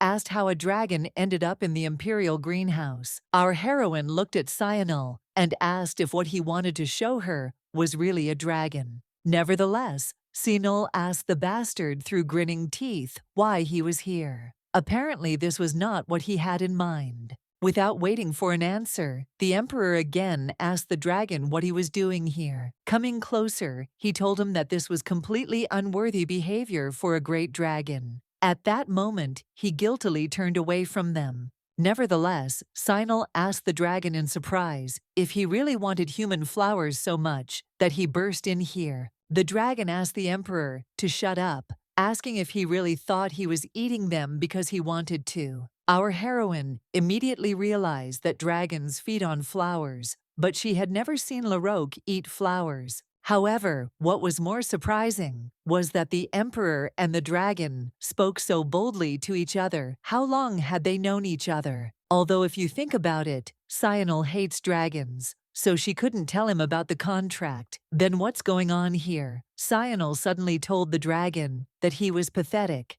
Lindell waved her hand and suggested that if she understood correctly, they were raising him. The Emperor looked at her in confusion and asked why he would raise something like that. The dragon, in turn, also asked why he needed to grow up with someone like that. Lindell laughed in surprise. At that very moment, the dragon ran to Lindell, saying that he was not angry with her. It was all because of the evil Emperor. Our heroine asked him in bewilderment how he knew her name. The dragon looked at her pitifully and asked if she really didn't recognize him. Cyanil laughed and asked why she should remember him. The dragon suggested that she might not remember, of course, if she was trying to forget bad memories. Then he started talking about the Temple of Loot. At that moment, our heroine puzzled over the puzzle and came to the conclusion that this dragon is the same priest from the Temple Maid. The dragon was now glad because she recognized him. However, the girl was rather terrified because in front of her stood the same crazy dragon who had tried to kill her. After some time, Maid took human form. Lindell asked the Emperor what this dragon was doing here and why he was eating flower in someone else's greenhouse. Cyanil pointed to the flowers and explained that these flowers contain mana, which is so necessary for dragons. For dragons, it is something like a symbol and life force, which is why dragons are drawn to mana. Actually, the same as that useless dragon. Maid objected and said that he ate them because he wanted to. Looking at the Emperor, he said that it was all because of him. Our heroine, in turn, did not understand why they were arguing, but she was angry. Anyway, at that moment, the guy decided that they would forget about it for a while and immediately suggested that Lindell eat the flowers too. She needs to eat more of them because she is weak. The girl, perplexed, said that she had no attraction to eating flowers. Maid, surprised, asked who had it, so he asked her to eat faster. The girl, however, said that she really didn't need it because she couldn't use mana. As soon as she refused Maid, she noticed that his face instantly changed, so she decided to ask what happened. He said that he now understands why she is in such a state. She could not use her power even though she is a dragon. She was weakened, she was abandoned. The girl, perplexed, said that she was a human Maid, however told her that she could not hide it because he was also a dragon. Lindell still insisted that she was a human. Coming closer to her, he took her hand and said that he wanted her to be frank with him. The guy said that he understood that she could no longer trust him, but what he said next was no longer so important because he had already started an irreversible process.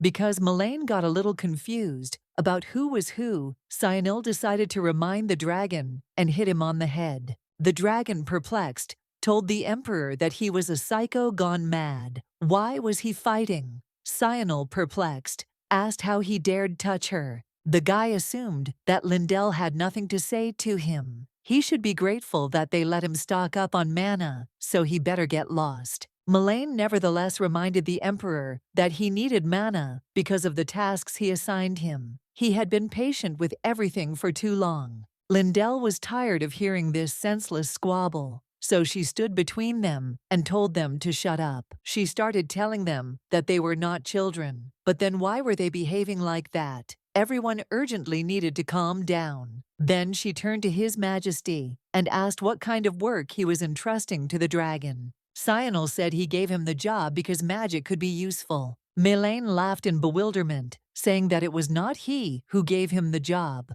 but he who deigned to agree. Lindell screamed again. She assumed that he was given a job after all. Then how is magic used in the palace? No one here except Mr. Cyanil can use magic. The emperor said that if he allowed it, it would not be so difficult to use magic in the palace, but there were still restrictions. That's why you have to use 3 to 4 times more mana than usual. Melaine said that, because of this, he spent so much energy that he needed mana. In that case, the girl decided to ask what kind of magic they used, that he began to lack mana. Last time he was so good at magic, so what kind of magic required so much effort from him? The emperor at this point responded instead of the dragon, and said that the palace barrier had recently been breached. He decided that the forces of those in the palace simply would not be enough. That's why he personally asked the dragon to help them. Melaine nodded his head and said that he helped repair the barrier. Our heroine was surprised that Cyanil, who hates dragons, decided to ask him himself. When Larocque used magic, the barrier was strong, by the way. She clearly understood that at the moment, something was being closely hidden from her.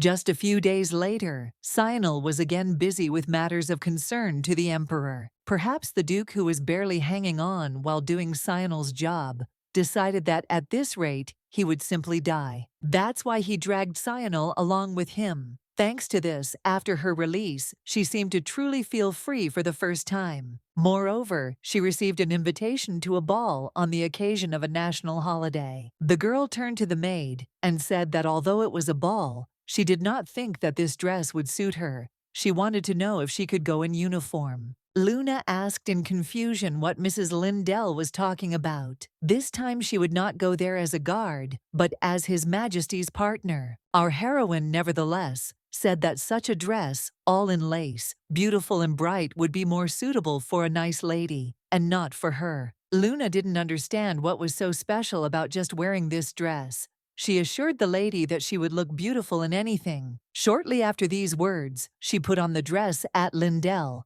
and said that this dress should definitely. A moment later, she pulled it off and said that maybe the dress didn't suit her. Lindell asked if she felt that way too. Luna replied that she was told that such dresses are the most popular. Now, how so? Perhaps they don't have much time after all. However, she said that they would find a designer who would make a dress especially for her. She asked to trust her. Lindell advised her to use that passion in something else, but she felt it was better to just go with the uniform she's always worn. Luna screamed again and said that she would not let her go in uniform. All the other ladies would come dressed up in all their glory. Almost with tears in her eyes, the maid told her mistress that at this ball, she needed to show herself and prove who would sit in the Empress's place. She knew for sure that there had to be a dress that would suit Lady Lindell. Our heroine was thinking at this time that although she wasn't particularly against dresses, choosing and sewing one was no easy task. She hadn't even tried it on yet, and she was already tired. At that very moment, a girl knocked on the door of the room. As it turned out, it was Lady Julia. Arita Lindell did not understand why she had come, but asked to come in. As soon as the girl entered, she asked the future Empress if everything was okay with her. Lindell smiled and said that she was fine and could come in here. The girl thanked him, but in any case apologized for coming so unexpectedly. Looking around, she immediately realized that Lindell was choosing a dress for the ball. The girl asked if they had already chosen one. Our heroine sighed heavily and said that she was still thinking. It's not that she doesn't like dresses, but Julia suddenly said that it is necessary to wear a dress to balls. The main thing is to wear something that suits her so well that she shines. Luna looked at the lady and said that she thought so too, but Lady Lindell wanted to wear a uniform. The uniform suited her, but she couldn't wear knight's armor to the ball. Julia, however, said that even the uniform does not necessarily have to be the same. Luna immediately assumed that the lady meant to wear something different from the others. Then Lady Lindell would be the most noticeable in the crowd of girls. Julia told the maid that she had understood everything quickly, but she had still made some mistakes. The girl asked in surprise what she had made a mistake about. Julia immediately exclaimed, saying that even in a lady's bag, Lindell would stand out from the others. Such beauty cannot be hidden. Luna said that she was right. Taking the maid by the hands, Julia told her that she knew a lot about beauty. Our heroine, meanwhile, was wondering what the girls were talking about. At that very moment, the girl turned to Nellie and asked her to bring what she had prepared. Shortly after, she handed the box to Lindell and said she hoped she liked it. Our heroine asked in surprise what it was. Opening the box, Julia said that it was her gift for her. Lindell was perplexed. This form was very beautiful and luxurious. The girl said that she came up with the design herself, so she might be missing something. However, if she doesn't mind, she can wear it to the ball. Our heroine was shocked that she came up with the design herself. She had no idea that she would receive such a valuable gift. It was the first time she had received something so thoughtful. Holding the box in her hands, Lindell smiled and thanked Julia from the bottom of her heart. She promised to wear it to the ball. The girl smiled at that moment and said that she should be grateful to her. Our heroine smiled back at that moment and told the girl that the smile suited her very well. She hoped that in the future she would see her smiling more often. Immediately after these words, an unknown and incomprehensible silence hung in the room. Our heroine didn't understand what was happening. Did she really say something wrong? Nellie was addressing the lady at that moment and asking her to come to her senses. The maid patted her on the back and asked her not to faint. She needed to collect her thoughts. At this point, Julia didn't even know what to do. She started repeating herself incredibly, and her heart was beating too fast. Nellie, at this point, asked Milady to calm down, because in front of her now stood not Lady Bodebashan, but a broom. Lindell cried out in bewilderment. The maid asked her not to say anything, otherwise Julia might die on the spot. Nellie, horrified, told Lady Lindell that she had exceeded the limits of what Julia could endure. Lindell, puzzled, asked what she had done. The maid bowed down and said that they could not stay here any longer because it could end badly for Julia, so she would take her back. Just before leaving, Julia thanked Lady Bodebachna for her words. Now she thought that she had lived a good life. Lindell and Luna watched their guests with bewilderment, not even understanding what had just happened. Will someone explain to them what had happened? Luna laughed and said that Lady Julia was indeed a spontaneous person. Lindell couldn't help but agree. At that very moment, a puzzled Sional entered the room and asked what had happened that they were all so downcast. Our heroine said something surprising because nothing happened. She said that she herself would like to know what the reason was, if there was one. She was simply paying a compliment to Lady Julia. Lindell said that a beautiful dress or a beautiful smile is a frequent compliment. Looking at His Majesty, the girl asked why he had such an expression on his face. Sional, at this point, told the girl that she needed to be a little more aware of her surroundings. Lindell looked at him in surprise and said that she didn't think there was anyone who thought more about their surroundings than she did. Sional said that it was but still Julia was a bit of an unusual case. In any case, he asked the girl not to tempt anyone but him. At that very moment, our heroine cried out in bewilderment and asked what this meant. Lindell asked who it was she was tempting here. Cyanil told her that if she didn't know, then he didn't know what to say either. Looking at the box in her hands, he assumed that she had received a gift. Casiers was very boastful about how good his sister was at handicrafts. Our heroine, nevertheless, took another look at this form and said that she really does have golden hands. Soon she took the form out of the box and showed it to her emperor. She asked if it was really beautiful. Lindell said it was a valuable garment that she had promised Lady Julia to wear to the ball. Cyanil agreed with her and said it would suit her well. Anyway, he then said that, on the other hand, he was a little sorry. Lindell looked at him in surprise and asked why. Taking her hand, the emperor said that the ball gown, the accessories, he wanted to give it all to her. After all, this was the first ball they would appear at together. Lindell, however, told him that they had many balls ahead of them, so he shouldn't be too upset. Anything he gave her would be special to her. Cyanil smiled looking at her and thanked her for saying that Lindell didn't understand how a person could smile so beautifully. She sometimes even thought that it would be better if she were still in unrequited love, then her heart would be healthier. By the way, she asked why he came. The guy said that he had certainly been beaten to it, but he had a present for her too. The girl asked in bewilderment if it was really her birthday today. There were too many presents. Holding out the box in his hand, the emperor said he hoped she would like it. Our heroine looked at it in surprise and asked what it was. As soon as she opened the box, the emperor immediately told her that he hoped she would wear it to the ball. Now he saw that it would suit her uniform even better. Lindell looked at the gift with delight and said that it was very beautiful, and she really liked the color. The stones looked like his eyes. Cyanil suddenly touched her face and said that he wanted to make the stones the color of her eyes, but she understands that he is very greedy. He felt like he needed something that would indicate who she was with. Lindell became more and more embarrassed with each word he said and did not understand how sweet this greedy man could be. However, the girl said that she would repay him in kind. Cyanil laughed and said that from the outside it might seem as if he had wronged her. The girl screamed in bewilderment and said that he had really done something wrong. If only he knew what he was doing to her heart. He too should feel his heart explode. Cyanil started laughing and telling Lindell that she hadn't changed at all. He couldn't understand how she could be so consistent. The girl asked not to tease her, but at that moment, Cyanil said that since he had given what he wanted, he would go.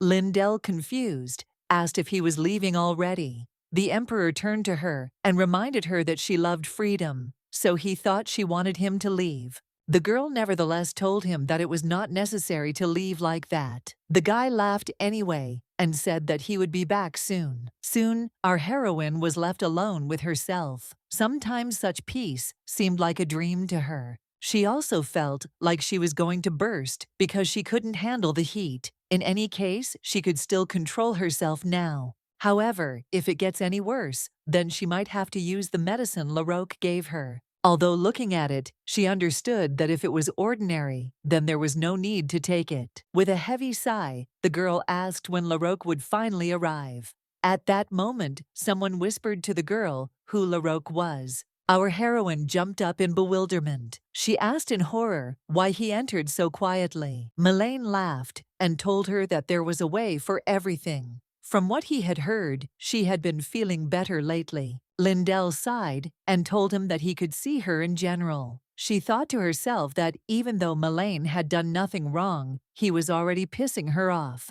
The dragon at that moment was glad that she was okay, and that this psycho, or rather the emperor, did not tell him about her condition, and he became curious. By the way, he said that the smell was still weak, but he thought she was better, so he was happy. Lindell asked in surprise if she really smelled. Melaine looked at her and said that she smelled like a dragon. He thought it was because she couldn't use magic. And again he started to speak for himself. When will he stop?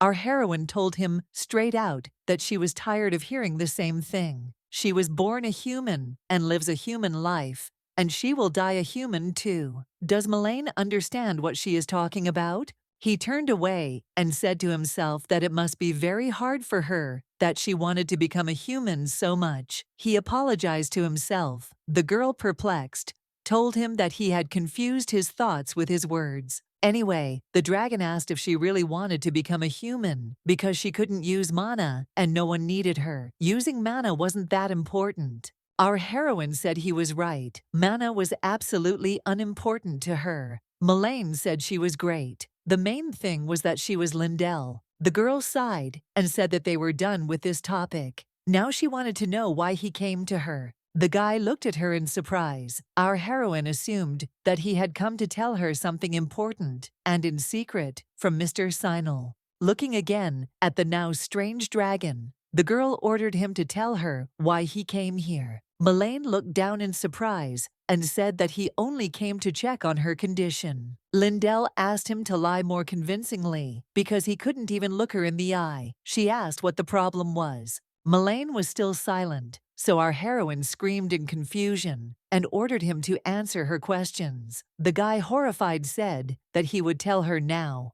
The dragon looked at the girl and asked what she liked about the Emperor. Lindell, puzzled, asked why he needed to know that. Melaine said his question was whether she wanted to take this man as her partner. They say that the Emperor has dragon blood in his blood, but that doesn't change the fact that he is still a man. If a human and a dragon become partners, then in the end, only she will suffer. That's why he doesn't think this person is valuable enough for her to have to go through this. Our heroine asked him if a partner was really a problem that was worth thinking about. Melaine surprisedly told her that she was carefree. Lindell assumed that by partner he meant the person they were marrying. That was a question to think about seriously, but she still thought he was exaggerating. Melaine looked at her in confusion and asked if he was really exaggerating. He was surprised that she did not know what a partner means to a dragon.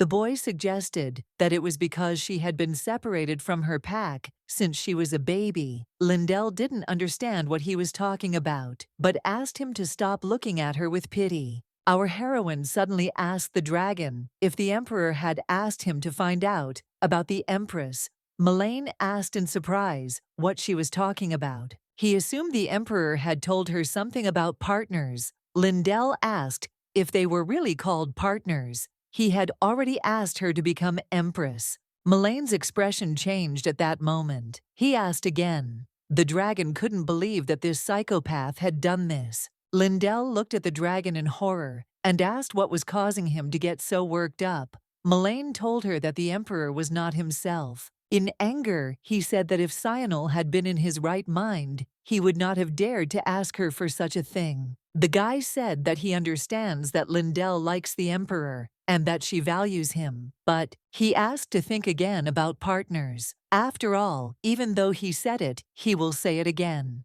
The Emperor has gone mad. Lindell, however, I told him that she knew it too. Melaine looked at her and asked what she was talking about. The girl said straight out that she knows he's not himself, but she still likes him. Apparently, there's something wrong with her too. However, she told him that if he had decided to come to her to tell her about it, it was something to worry about. She understood the madness, but she could not let him die. Although it was shameless to ask for such a thing, she asked to stop Sinel if he suddenly lost his temper. Melaine wanted to say something, but our heroine interrupted him and said that her first impression of him was not very good, but it seemed to her that he was not so bad. Although she doesn't know what a dragon's partner is, she asked him not to worry so much because what he calls a dragon's partner has nothing to do with her. Melaine smiled and said that he understood her words. Soon dark energy began to appear around. Lindell asked if he was leaving. The dragon told her that he should go back since he came here during his working hours. Our heroine, however, said that she thought he would tell her about the dragon's partners. Would he just leave? Melaine reminded her that she had said that everything would be fine. So why should he explain anything else to her? If she was still curious, she could come to him herself. Soon after these words, he moved back to the Emperor's office, who apparently was asleep. Melaine looked at him and asked himself if such a man was worthy of being Emperor. At that moment, Cyanol suggested that he had given him too much freedom. Looking at the dragon, he told him that he was more like some kind of thieving cat. Melaine jumped up. Wasn't he sleeping? He was sitting with his eyes closed. Cyanol looked at the dragon in bewilderment and asked if he really had to explain even that. Melaine looked at the Emperor, thinking that in any case, he seemed to be a dangerous and scary person. He did not feel any energy from him other than human. However, the dragon understood that as a human, everything about him seemed too unreal. The boy suddenly asked the Emperor if he knew anything about the dragon's partners. Cyanol said that this is when the dragon and his beloved exchange proofs and promise each other to be together forever. The proof seems to be Yolin. Yolin is like a heart for a dragon, and the partner who receives it holds the owner's life in their hands. It's pretty cruel, even though it's a proof of love. Melaine told him that he is creepy. How can he know this in detail being a human? And Lindell in turn knows nothing. The dragon suddenly screamed and told the Emperor that he wanted to become Lindell's partner since he had already asked her to become the Empress. Melaine slammed the table and decided to say it again. He asked not to bother Lindell anymore because he didn't know how the confinement might end. The Emperor, however, looked into the dragon's eyes and said that he did not understand what he was talking about. Melaine shouted angrily and told him not to pretend he didn't know anything. Cyanol suddenly stood up and told the dragon that he had been chatting. He suggested that he stop interfering and mind his own business. The Emperor also noted that he did not even have a shortage of mana. Melaine was very angry. Looking at this freak, he didn't understand what Lindell liked so much about this guy. Although Lindell has a similar past to his, she is now living a life that is completely different from his. At this point, Cyanol continued to address the dragon and ordered him to leave his office and finally get on with his business. Melaine looked at the red thread and did not understand how the girl learned to feel affection for someone. Even though it had nothing to do with him, he still didn't want to leave it like that. Well, after a few days, the celebration of the Foundation Day began. All the people were happy that day because it was a big event and the whole village was full of life. And the palace, by the way, was also preparing for the banquet that will take place tomorrow night. And when everyone is so busy, our heroine, who has nothing special to do, spent most of her time in the training room. She watched the knights train and even tried to train herself. For the first time in a long time, she was doing what she wanted, and she seemed to be feeling better. After some time, Utilia was perplexed and asked what happened to the exciting love triangle. As one could understand, she was now reporting on her exploits in love relationships. Our heroine, perplexed, asked what kind of love triangle they were talking about. When she said that it wasn't so, her friend told her that His Majesty himself told her not to seduce anyone. Anyway, she said, Lindell is cool. Melting the heart of His Ice Majesty is still a success. Our heroine asked if she should consider these words as a compliment. Utilia, at this point, decided to ask a more personal question. She was curious how far they had gone. Lindell spat out all the tea she had just drunk. Our heroine, perplexed, asked her friend since when she had become curious about this. Utilia reminded her that she used to pester His Majesty every chance she got, and she was curious about how far she had gone. Lindell asked her to stop being nosy, and her friend suggested that she was only being brave in words. The girl said that this was her first relationship, so it was okay. Utilia said it was true. Although she was pining for His Majesty, she had never had a relationship, so she was a newbie. At that very moment, someone behind her said that this was just proof of how pure and innocent Lindell's nature was. As it turned out, it was Julia who asked what could be stronger than a pure and innocent nature. Utilia was very surprised to see her there. She hadn't heard her approach. When did she have time? Lindell greeted the girl anyway. The girl asked our heroine if she and Julia were so close that she could come to her without warning. Lindell said that it happened that way. Julia suddenly assumed that she had disturbed them, as she assumed that they were having tea here. Our heroine said that everything was fine, and she was only glad to see her. Anyway, she asked what brought her here. The girl said she came to talk about repairing the uniform she would wear. She had to wear only the best. Lindell told her that she tried it on last time, and it fit her perfectly. She liked the design, so they could leave it as is. However, Julia said that, although it is perfect, no matter what she wears, she wants to see it in person. The girl repeated several times that she wanted to see Lindell put on the uniform she had made. Lindell said that she understood, but asked Julia to calm down. Utilia asked her friend, in bewilderment, if she had really lived like that while she was gone. Our heroine laughed and said that it was not so. Then the girl said that she would go and put on her uniform, and she would have to wait here. The girl said that she would wait for her here. Utilia asked if she should help, to which our heroine said that she would be grateful. At that moment, something strange started happening around Julia. Mana, for some unknown reason, started circling around. Utilia said in bewilderment that she was here, and our heroine looked at the guest in bewilderment. The girl asked Lady Arita to calm down, to which Julia said in horror that it was not she who was exuding it. Soon something began to emanate more and more from her, and the girl screamed and asked to help her. Lindell told her friend that it was a mana cluster and needed to be blocked by an aura. Utilia said she already figured it out. Our heroine was horrified by the accumulation of mana, which was too large because it did not allow Lady Julia to be seen. But what happened? Lindell decided that she needed to somehow save her, while Utilia created the aura anyway. Noticing the spear hanging on the wall, our heroine immediately grabbed it because it was very useful. She thrust her spear inside the dome and began asking Lady Julia to take her hand. As soon as our heroine grabbed Julia, she screamed and asked Utilia to act now. The girl instantly began to concentrate a huge amount of aura energy. After a while, the room became quiet again. The mana was stopped, and only the devastation spoke of the recent battle. Once Utilia had completed her task, she turned to the girls in confusion and asked if everything was okay with them. Our heroine was horrified, as she said that she was fine. However, her heart seemed to be on fire for some reason. Why suddenly? At this time, Julia guiltily and fearfully began to say that she had not done this. Just after a while,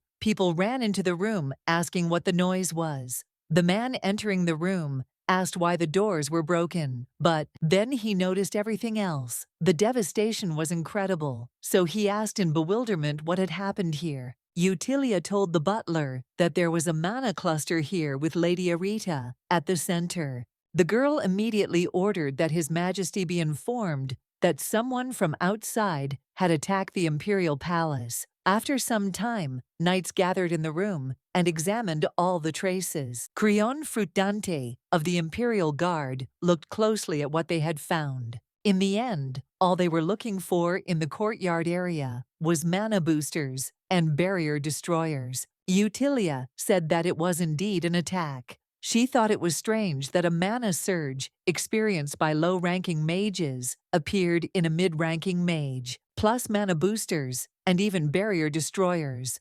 All of this indicated that it was intentional. Cryon told her that she was right. The girl asked in bewilderment, how dare these bloodthirsty bastards look down on the Imperial Guard so highly? Pan asked her to calm down. Utilia asked in bewilderment, what kind of calm could they be talking about? What was the reason for the attack on the palace, which had been empty since the Emperor's ascension to the throne? The girl said that Lindell was definitely their target. Pan said that she knew it, that's why she asked him to calm down.